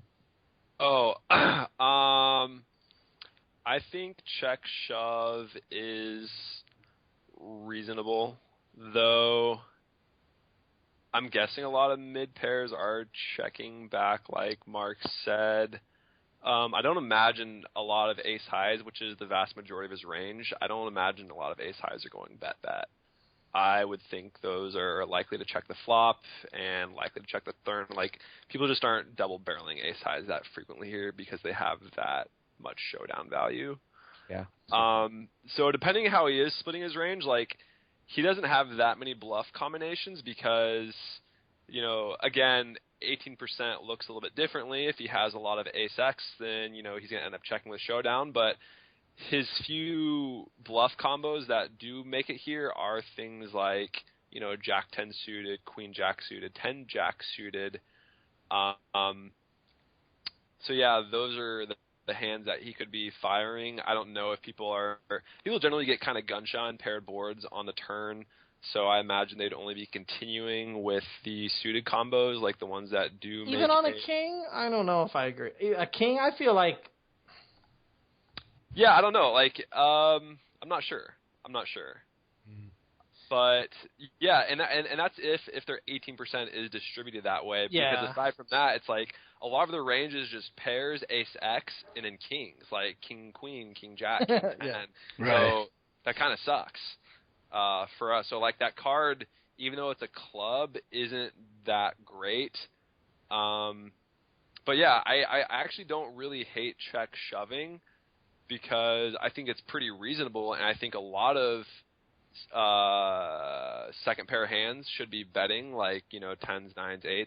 Those hands still should be betting on the turn. And could potentially fold. They shouldn't fold, but they could fold. Yeah, I mean, in general, people are going to be folding to a check raise on the turn at a super high frequency. So I think the hand it's is just a pot. They'd start the hand with 20 bigs, so like he'd be betting. I mean, whatever. He would have a lot of invested, but yeah, he could still fold. If like this was like 30 or 40 bigs effective to start the hand, like it would play much differently. I don't hate but what Diego was saying was he was going to check call turn and then check call river. Is that how you would do it, Ben, or would you check call turn and check fold if he barrels again and just be like, yeah, bravo? I mean, I would say in game I'm probably check calling a lot of the time on the turn. Just because I don't think people are betting thinly. Like, if he's not a reg, I would think a lot of recreational players aren't necessarily betting the turn for thin value. Like, on paired boards, people tend to get quite polarized. So I don't think people are really good at value betting the turn that thinly. So I would probably end up check calling because our equity is good. Then, yeah, because of a lot of his range, there's no way he's going 3 streets with a second pair type hand, and since a lot of his ace X's are just going to be checking at some point in the hand, and then the other part of his range is like king X's, and I probably would just be check folding. That's fair. That's fair. Yeah, that makes sense.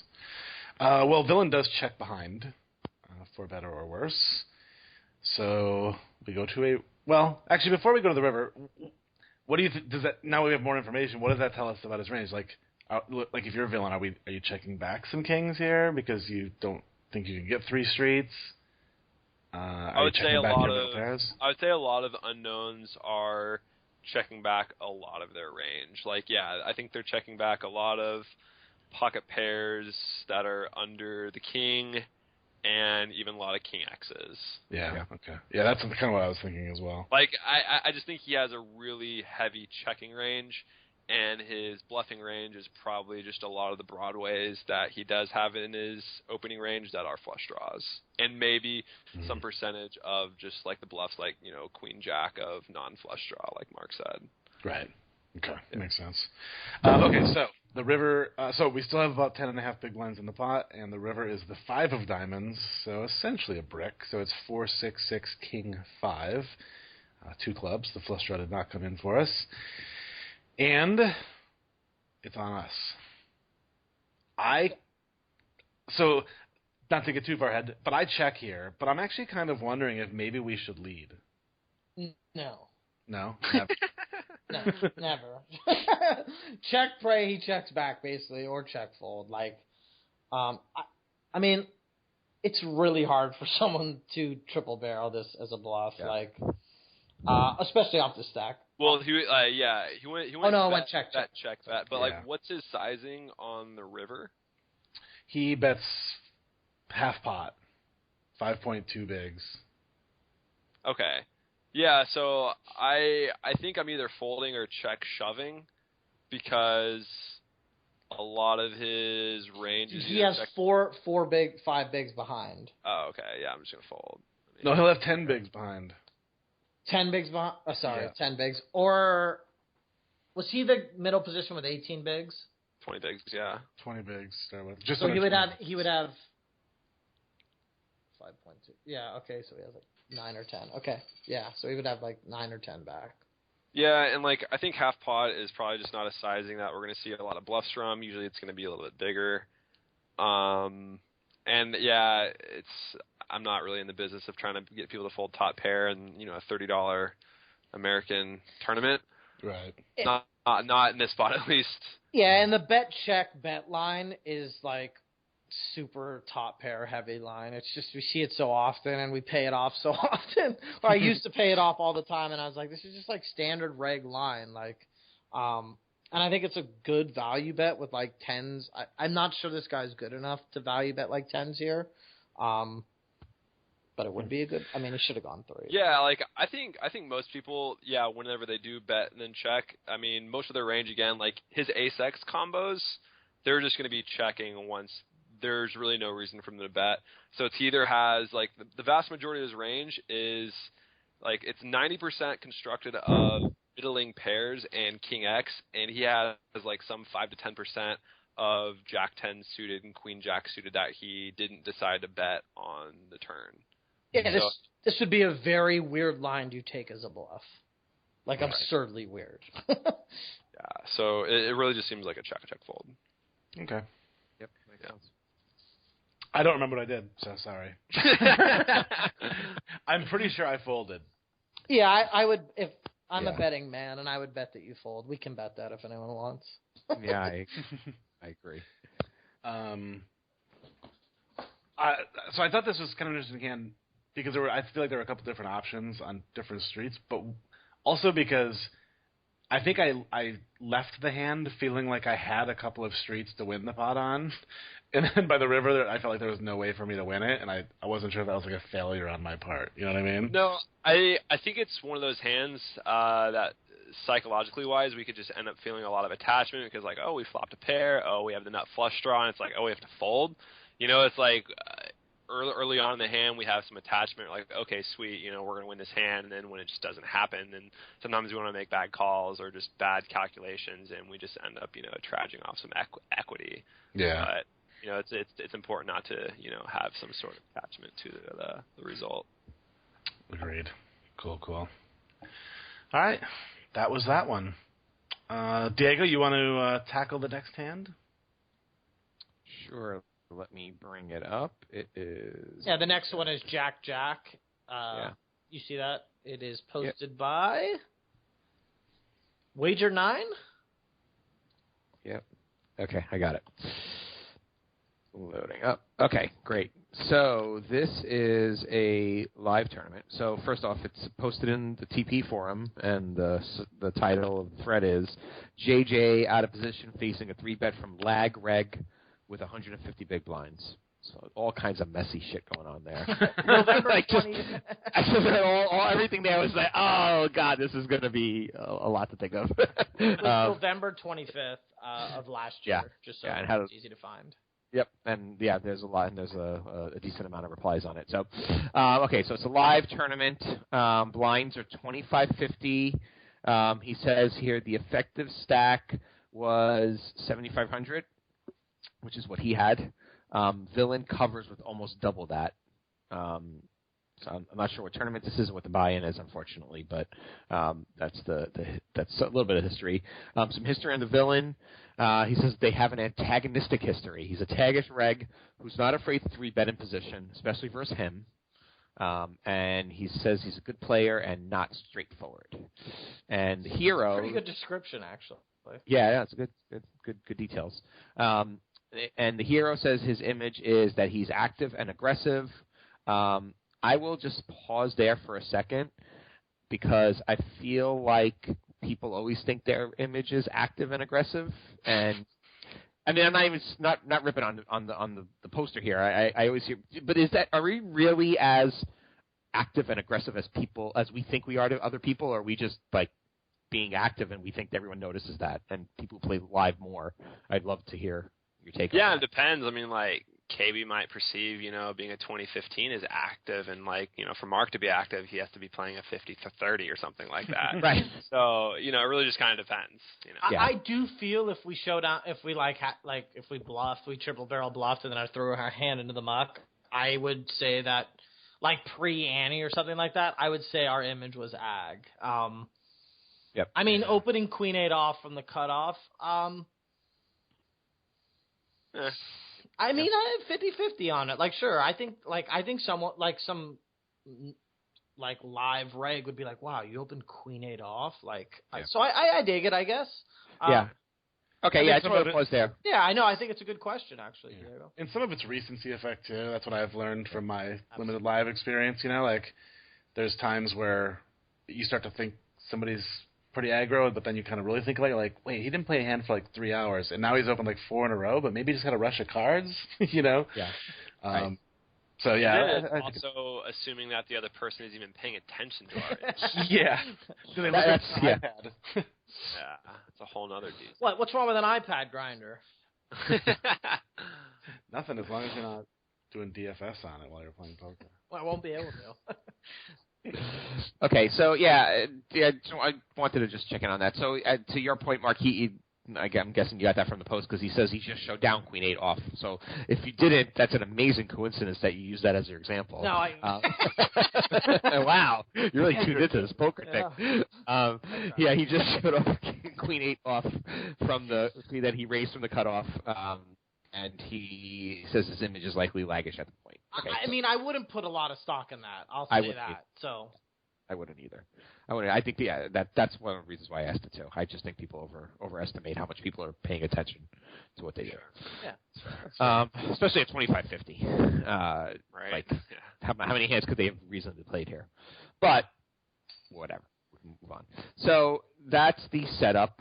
So pre-flop, where is he? He's under the gun +1, and he 3x's to 150, which he says is his standard range. With jacks, jack of clubs, jack of diamonds. One guy calls, and he says the caller is a bit of a station. Don't know what position he's from, but then the villain raises to 550 from the hijack. So I'll just pause there for a second. I think it's pretty straightforward, but what are we doing when it gets back to us? I would be calling 100% of the time. I don't think I'm ever raising. His sizing is kind of weird, but not so much live. People do weird shit live, and no, I mean, remember there's a call too. There was a call too. Oh, okay. So yeah, that's a pretty normal raising. Yeah, so I'm calling. Yeah. I mean, I'd love to hear anyone. Team call. Okay. So he does call, and the guy who's in the middle folded. Okay, so we're going to the flop. Which is absurd to me. Like, you know what I mean? Price, like, I mean, whatever. What is he? You're right. What in the world is he? I mean, look how deep they are too. Like, I mean, maybe the guy was. Who knows? Like, yeah, whatever. He failed math, preschool math. I didn't even think. Okay. So they go to the flop with a pot of 1,300. The flop. Remember, Hero has jacks here. Flop is 8, 9, deuce, rags. Hero is first to act. And what do we want to do here? Hero checks. Yep. Hero checks. I think checking is the only option.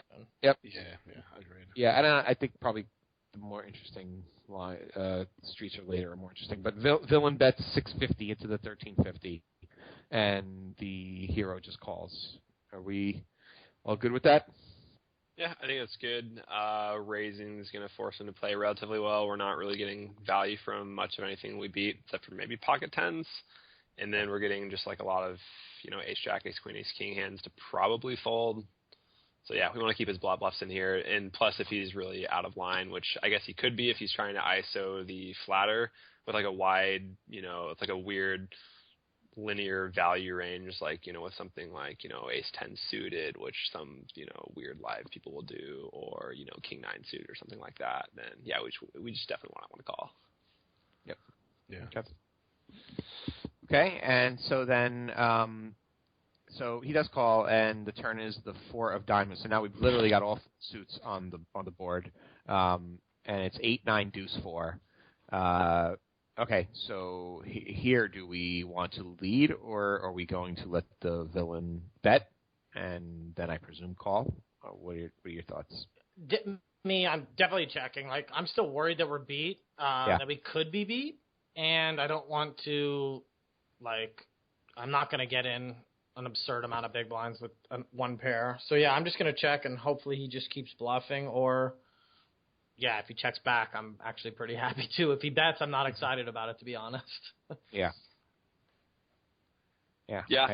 Still checking and probably calling depending on sizing, but just depending on sizing and reads. But I think checking with intention of calling 2/3 or less sizing would be probably fine. Based on how he described the reg as like taggish reg who has 3-bet a lot in position, seems like they have a little history where he's 3-bet him before. I think calling is. Yeah, I am. I mean, I feel like I'm going to call here too, and if he has the heart to the 3-barrel here and bluffs me, I'm kind of just going to accept it. Yeah, no, me too. You know, I mean, if he's got that heart and he can pull that play. I love how you describe that because I think it's perfect. Like, if he does have the heart, bravo, congrats. Yeah, I mean, it's just, yeah, I'm probably behind if he bets, but if he can pull that maneuver out, it's like, well played. You found the right situation. You optimized it, and that's a lot. You just got to peer deep into his soul. Yeah, I use a little white magic. I mean, three streets at this stage of the tournament would be a lot of chips for this early, right? So he really just has to have crazy heart to do it as a bluff. Yeah, so I would be just surprised about the amount of people that get out of line, but yeah, I pretty much agree. Yeah. It would definitely help. I don't think it makes a huge difference, but if this is like a 1K versus it being like a 125 re-entry at Valleys or something, I do think that makes a difference, but not a huge difference, and we don't have that information anyway, so. But yeah, I'm checking for sure on the turn. That's a good point. All right, well, we check. Pot's 2,600, he bets 1,500. Okay, call. Yep, call. Yeah, okay. I am calling. It is kind of interesting that it's we are getting a lot of chips in at this point, although I think it's reasonable that we are. But, we essentially now have, a pot-sized bet behind. Although I guess it's still 100 big blinds, so if we have to fold, we have to fold. It's not a big deal. Yeah, never mind. Just call. I'm trying to think about his sizing if he's setting up is it like a pot-sized river shove, and I think it's a little less than a pot-sized river shove. Yeah. No, I think it's just about there because he makes it 550, so he puts 550. So the effective stack is 7,500. We put in 550 pre, another 650, so we're at 1,100. Turn is 1,500, so there's 2,600 in the pot. 2,600 in so that means the stack is at 4.9K, and the pot is at 5.6K on the river. So just a little under pot, yeah. Little under pot, very close. Okay, so our hero calls as well. And the river is a jack. So, hello. Wee! Hi. Hello, Jack. So now, here this is the poster's question is hero, question mark, and why? I submit to you that question. What do we do now? Are we leading? Are we check raising? I'll go first. Yeah, I'll go first, and I'll let the experts speak. So, part of me thinks that this guy can have a lot of ace, a high air, and even some pairs that he just gives up on and checks back. He might even check back. Jack 10. Maybe not, but I think he's going to check back quite a bit, unless he's straight up bluffing, which I think there's some value to giving him an opportunity to do so. So my thought about this is it depends a little bit on what that history is that the poster mentioned, how antagonistic is this history. And if it's antagonistic enough, I might bet 1,200 here just to try to induce something from villain. But it depends on what he means by antagonistic. If this guy hates my guts, I might actually bet small here and try to induce. I don't think he has that kind of antagonistic history. Yeah, I mean, hate my guts is an exaggeration, but you know what I'm saying. If I feel like this guy really wants to own my soul, I might try to get him to try. Okay. Ben, you want to go or you want me to go? I'll let you. Indifferent. I'll fire. Yeah, I'm pretty big on checking here. I think. He's got a 2x stack to start the hand, so I think he's more likely to bluff. I think Jack being an overcard, maybe. I don't know what he's double barreling on this board that he would check the river with, other than I don't even know ace 9. I certainly think that's one of the value hands he can have, but I think even over pairs, basically what it comes down to with me, if I'm gonna lead shove or something, is if I think he's gonna check back an over pair, and I don't think that. I think he's gonna jam an over pair here. So I want to let him have his over pairs and let him have his bluffs. So checking seems like kind of a slam dunk here. I agree with Mark. Nothing more needs to be said. Yeah. Yep. End thread. No, lead 1,200. No, but I do think him having 2x stack something. I don't know. I think that's kind of key. I mean, there's just no situation where I would lead here. Sorry, Derek. I love you. That's okay. No problem. It was just kind of something that went through my head. But I certainly think that most of the time, like if I didn't know anything about villain, I would be checking here like 100% of the time. So I think I was probably trying to read too much into the dynamic. Yeah, but if the way you should read it, though, to be honest, if like he's ag and you have this antagonistic history, like just let him hang himself. Like, check, go ahead. Like, give him the rope. You're trying to do something a little cute, like lead 1200 to get him to tool out. He's probably more likely just to like look down at his stack and be like, well, I have 2x all in. Right. Yeah, I suppose you're right. Like the only key is if the guy is going to check back this card with aces for whatever reason, which I think is just he wouldn't do because we have some 10 jacks in our range that get there on the river. Yeah, I just if I like had some sick read that he would check back aces here, I would lead. But that's it, and I don't think I ever could have that read. Yeah. I mean, sometimes you could definitely tell. I mean, whenever we make the call, we should definitely be looking at their body language. Are they happy? Are they not? And we could sort of get that vibe, when we're in the moment. But yeah, I mean, I would say just, let's just pretend we're playing this hand online or with the information that we have. Like, checking is definitely the play, but sometimes we have a feel sense on what villain disposition is when we make the turn call. But yeah, I think check calling for all the reasons that Marc said is definitely the way to go. Cool. The live guy. I love the live guy coming in with the reads. Like, dude, that's why I want to read, like, Mike Caro's book. Like, I always say this. Like, I mean, I know that's, like, so outdated, but I've heard it's really good still. Dude, okay, whenever I was, on the come up, I would drive an hour home on the weekends from college to play, like, this 5-cent, 10-cent game. And I would pick a read from his book, and I would all right, I'm going to work on this read. Wait, you've actually read this book? This is great. I don't think we've talked about for this. sure. Yeah, that was probably one of the first books that I got.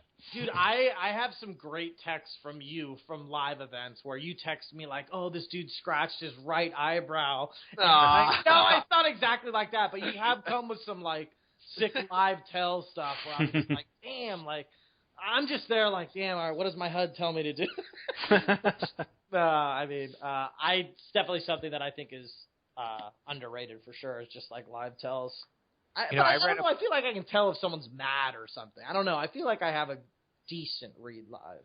There's a book recently, Reading Poker Tells, by a guy named Zachary Elwood that I think that came out maybe last year. So it's a lot newer than Caro's book. Not to say that doesn't still hold up.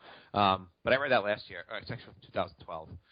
I thought it was pretty good. Another live tell book. I haven't read it. I kind of want to get it, but as far as I'm concerned, a lot of the reviews I've heard is like it's kind of the way to go. Yeah. So yeah, I don't know. I think like we'd be stupid, especially me as like a strictly online guy. Like I'd be kind of stupid to not learn, live tells, whatever, all that stuff. Well, you've gone to the WSOP 3 years in a row and haven't learned them yet, so it's stupid. Man. Just because you wanted the lead there, now you have to give it to me. I get it. So I probably should have mentioned this before the hand. I just tweeted it out, the hand, for people listening. If you want to go back and look at the link on our forum. It was tweeted on March 2nd at 11:20 or so. If you wanted to go through my thread at RonFestBuddy on Twitter, or maybe we can even post this before the hand, or just post it along with the hand or something. Yeah, I'll put a link on the website as well. But that doesn't help those of you who are listening on iTunes. So yeah. If you want to do that, go back 7 years ago and listen to it, or go back 7 years on RonFestBuddy's Twitter stream and find it. Are we talking about time travel now? Is that where we've gone? Oh, you don't think people will be listening to this in 7 years? No, I'm kidding. No, absolutely. Oh, this will be fun. Hey, this will be good. Hey, if you're listening to this 7 years from now, please tweet at me and Diego and tell us that you're listening to it. And ask KB how he did in the Super Senior event. the one from 7 years ago. By then, I'll almost be able to play it. Okay. I guess we should probably wrap it up. We've babbled on long enough. Yeah, long one. And good. Ben has llamas to go take care of or something. No, he's not there anymore. I officially moved out like 2 or 3 days ago. Yeah. Damn. But yeah, good game, Llamas. I'm gonna miss the lemurs. Yeah. All right. Well, Ben, thank you very much for taking some time out of your schedule to chat with us. I'm glad we got you on, and looking forward to your series coming out soon. Yeah, man. Anytime. Wait. Anytime? Anytime, as far as having me on, and maybe I'll give some free rolls. Hey, on record Twitter that. or- Record that. Save that. You I said will- anytime. Yeah. Give me whatever. Holler. You're gonna eat those words at some point, man. Just holler. And Mark, thank you too. You're pretty swell as well. Thanks, man. Cool. Yes. All right, we're gonna take a very quick break, and then we'll come back, and me and Ron Fezbuddy will wrap this shindig up here on the Tournament Poker Edge podcast. Thanks, guys. Peace. Take it easy. Peace.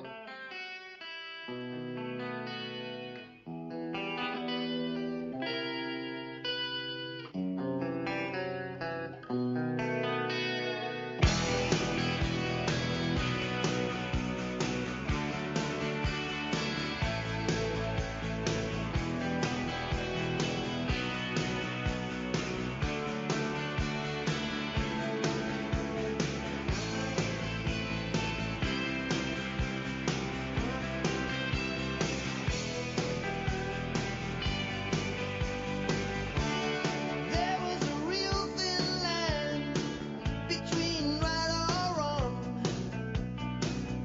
in those old Disney times when my parents were young. But the line has disappeared, and you wonder where it had. And you wanna go out, but you stay inside. I got run over by truth one day. Didn't see the red light. Since the accident, I walked this way. I only did what's right. But from this day on, it's either go or pay. 'Cause I got run over by truth one day. Sometimes the sky's so gray that you cannot see beyond it. And even the wildest of dreams can't take those lines from your forehead. Yeah, I know there's a bill, and it's gonna make its way somehow. Welcome back to the Tournament Poker Edge podcast. Big thanks to Ben and Mark for stopping in today. As we mentioned, we knew it was going to be a fun and spirited conversation, and I think it was. I enjoyed it. Yep. Yeah. Always love. Mark is a frequent guest for this program, so he's always fun to have on here. And like I said, before we brought Ben on, he's just. I love talking poker with him. He's an OG. He really helps you think, gets you right mindset, right way to think about poker. So that was fun. Liked hearing his history, talking about backing, and then diving into WSOP and then the hands. Good convo all around these guys. Yeah, we went really long. There was one other topic that I kind of wanted to get into, but we'll save it for the next time he's on, which, Ben's really into sort of the mental game of poker as well. Does a lot of meditation, healthy eater, all that kind of stuff. So I think that yoga. So I think that might be something we can get into with him next time he's on the show, which hopefully won't be another 2 years from now. Yeah. So we'll try to get Ben back to dive into some of that. But definitely enjoyed it. So thanks again to Ben and Mark for stopping in for sure. Thank you guys. So let's talk a little bit about what's going on at TPE. Yeah, it really right now is the Ben and Mark show, and you. So as I said earlier, right now we have series with you doing a stick it to the man, Mark sticking it to you. We call it the KB Pain Train. I love that series, so I've watched the first couple parts. It's like a podcast, but with a hand history replayer in front of you. It's just great. You guys are great together. I would say I think it's the number one thing that people ask me about on my Twitch stream is when are there going to be more Stick It to the Man videos? Like people ask for them all the time. Yeah. So I was happy to finally get one out. It's a review of a 10K on Bovada that I won. Oops, I probably shouldn't say I won it. Spoiler alert. But but it's a pretty interesting one, and I know there's a lot of people out there because a lot of them are in the chat with me who play on Bovada, and I think it'll be cool for people to get like a little bit of a look into the dynamics of that site and tournament on that site. So, and I'll tell you, when we started this Ticket to the Man series, 5 years ago, about 5 years ago, I mean, actually more, almost 6 years ago now. Man, we got killed. We got brutalized. I mean, the game was much different. Our games were much worse. So that we really got beat up, but it was. I learned a ton from putting myself under the microscope. It was, it forced you to face your leaks and own them, and you can't hide them. Everyone, the whole site to see. So kudos to you for doing that, and it's fun. I just enjoyed it. I just watch it. It's entertaining, and I'm learning while I'm watching it. So I love that. Ben is coming out on the 11th, like I said earlier. I'm looking forward to this series as well. I loved his first series. He in this one continues his excellent work, and he's just a really great analytical thinker. And then since then we've had, right now, Birdie 420 Justin is running as well, and he's just a boss, and so having his series live is fantastic. And we have a couple of new pro coming, but I think we'll wait to announce it because we've learned our lesson with announcing new pros before the video goes live. So true. I will say, make sure and check out, for those who are listening, make sure and check out Justin's videos. I think he's really smart. I got to hang out with him a bit at PCA. Yeah. He was deep in the PCA main down there. I had heaps of chips. It was fun to rail him and talk a little poker. He's super bright guy too, so make sure you guys check out his vids. Yep. Cool. Well, listen, that's about it. Thank you for sticking with us this long podcast. But we appreciate it. It's always fun to do. Yep, it's been a fun one. So we'll be back for more hopefully very, very soon. Awesome. Well, cool. Good talking to you again, KB. Yep, you as well. Thanks, Marc and Ben. Thanks to everybody for listening, and we'll see you guys all back here next time on the TPE Podcast. See ya. Peace.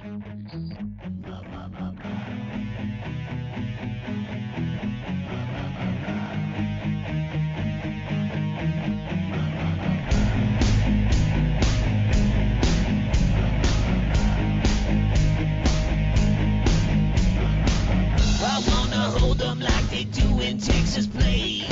Fold them, let them hit me, raise it, baby, stay with me. Luck and intuition, play the cards with babes to start. And after she's been hooked, I'll play the one that's on her heart.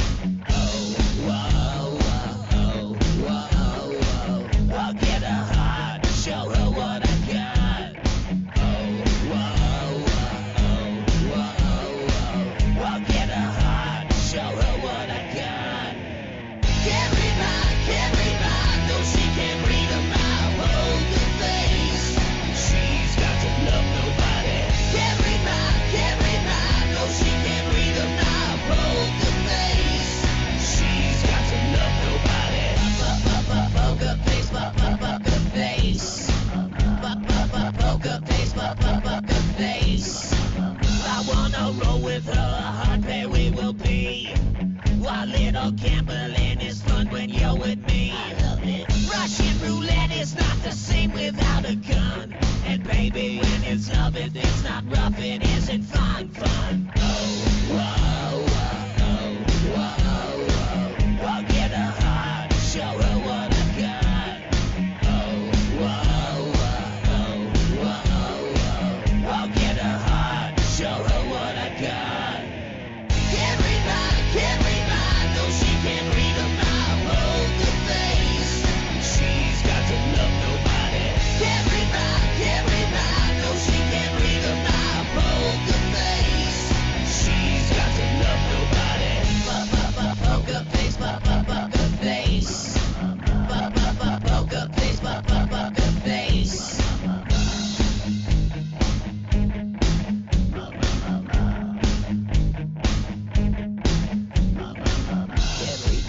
Carry my, no she can't read a mile. Poker face, she's got to love nobody. Carry my, no she can't read a mile.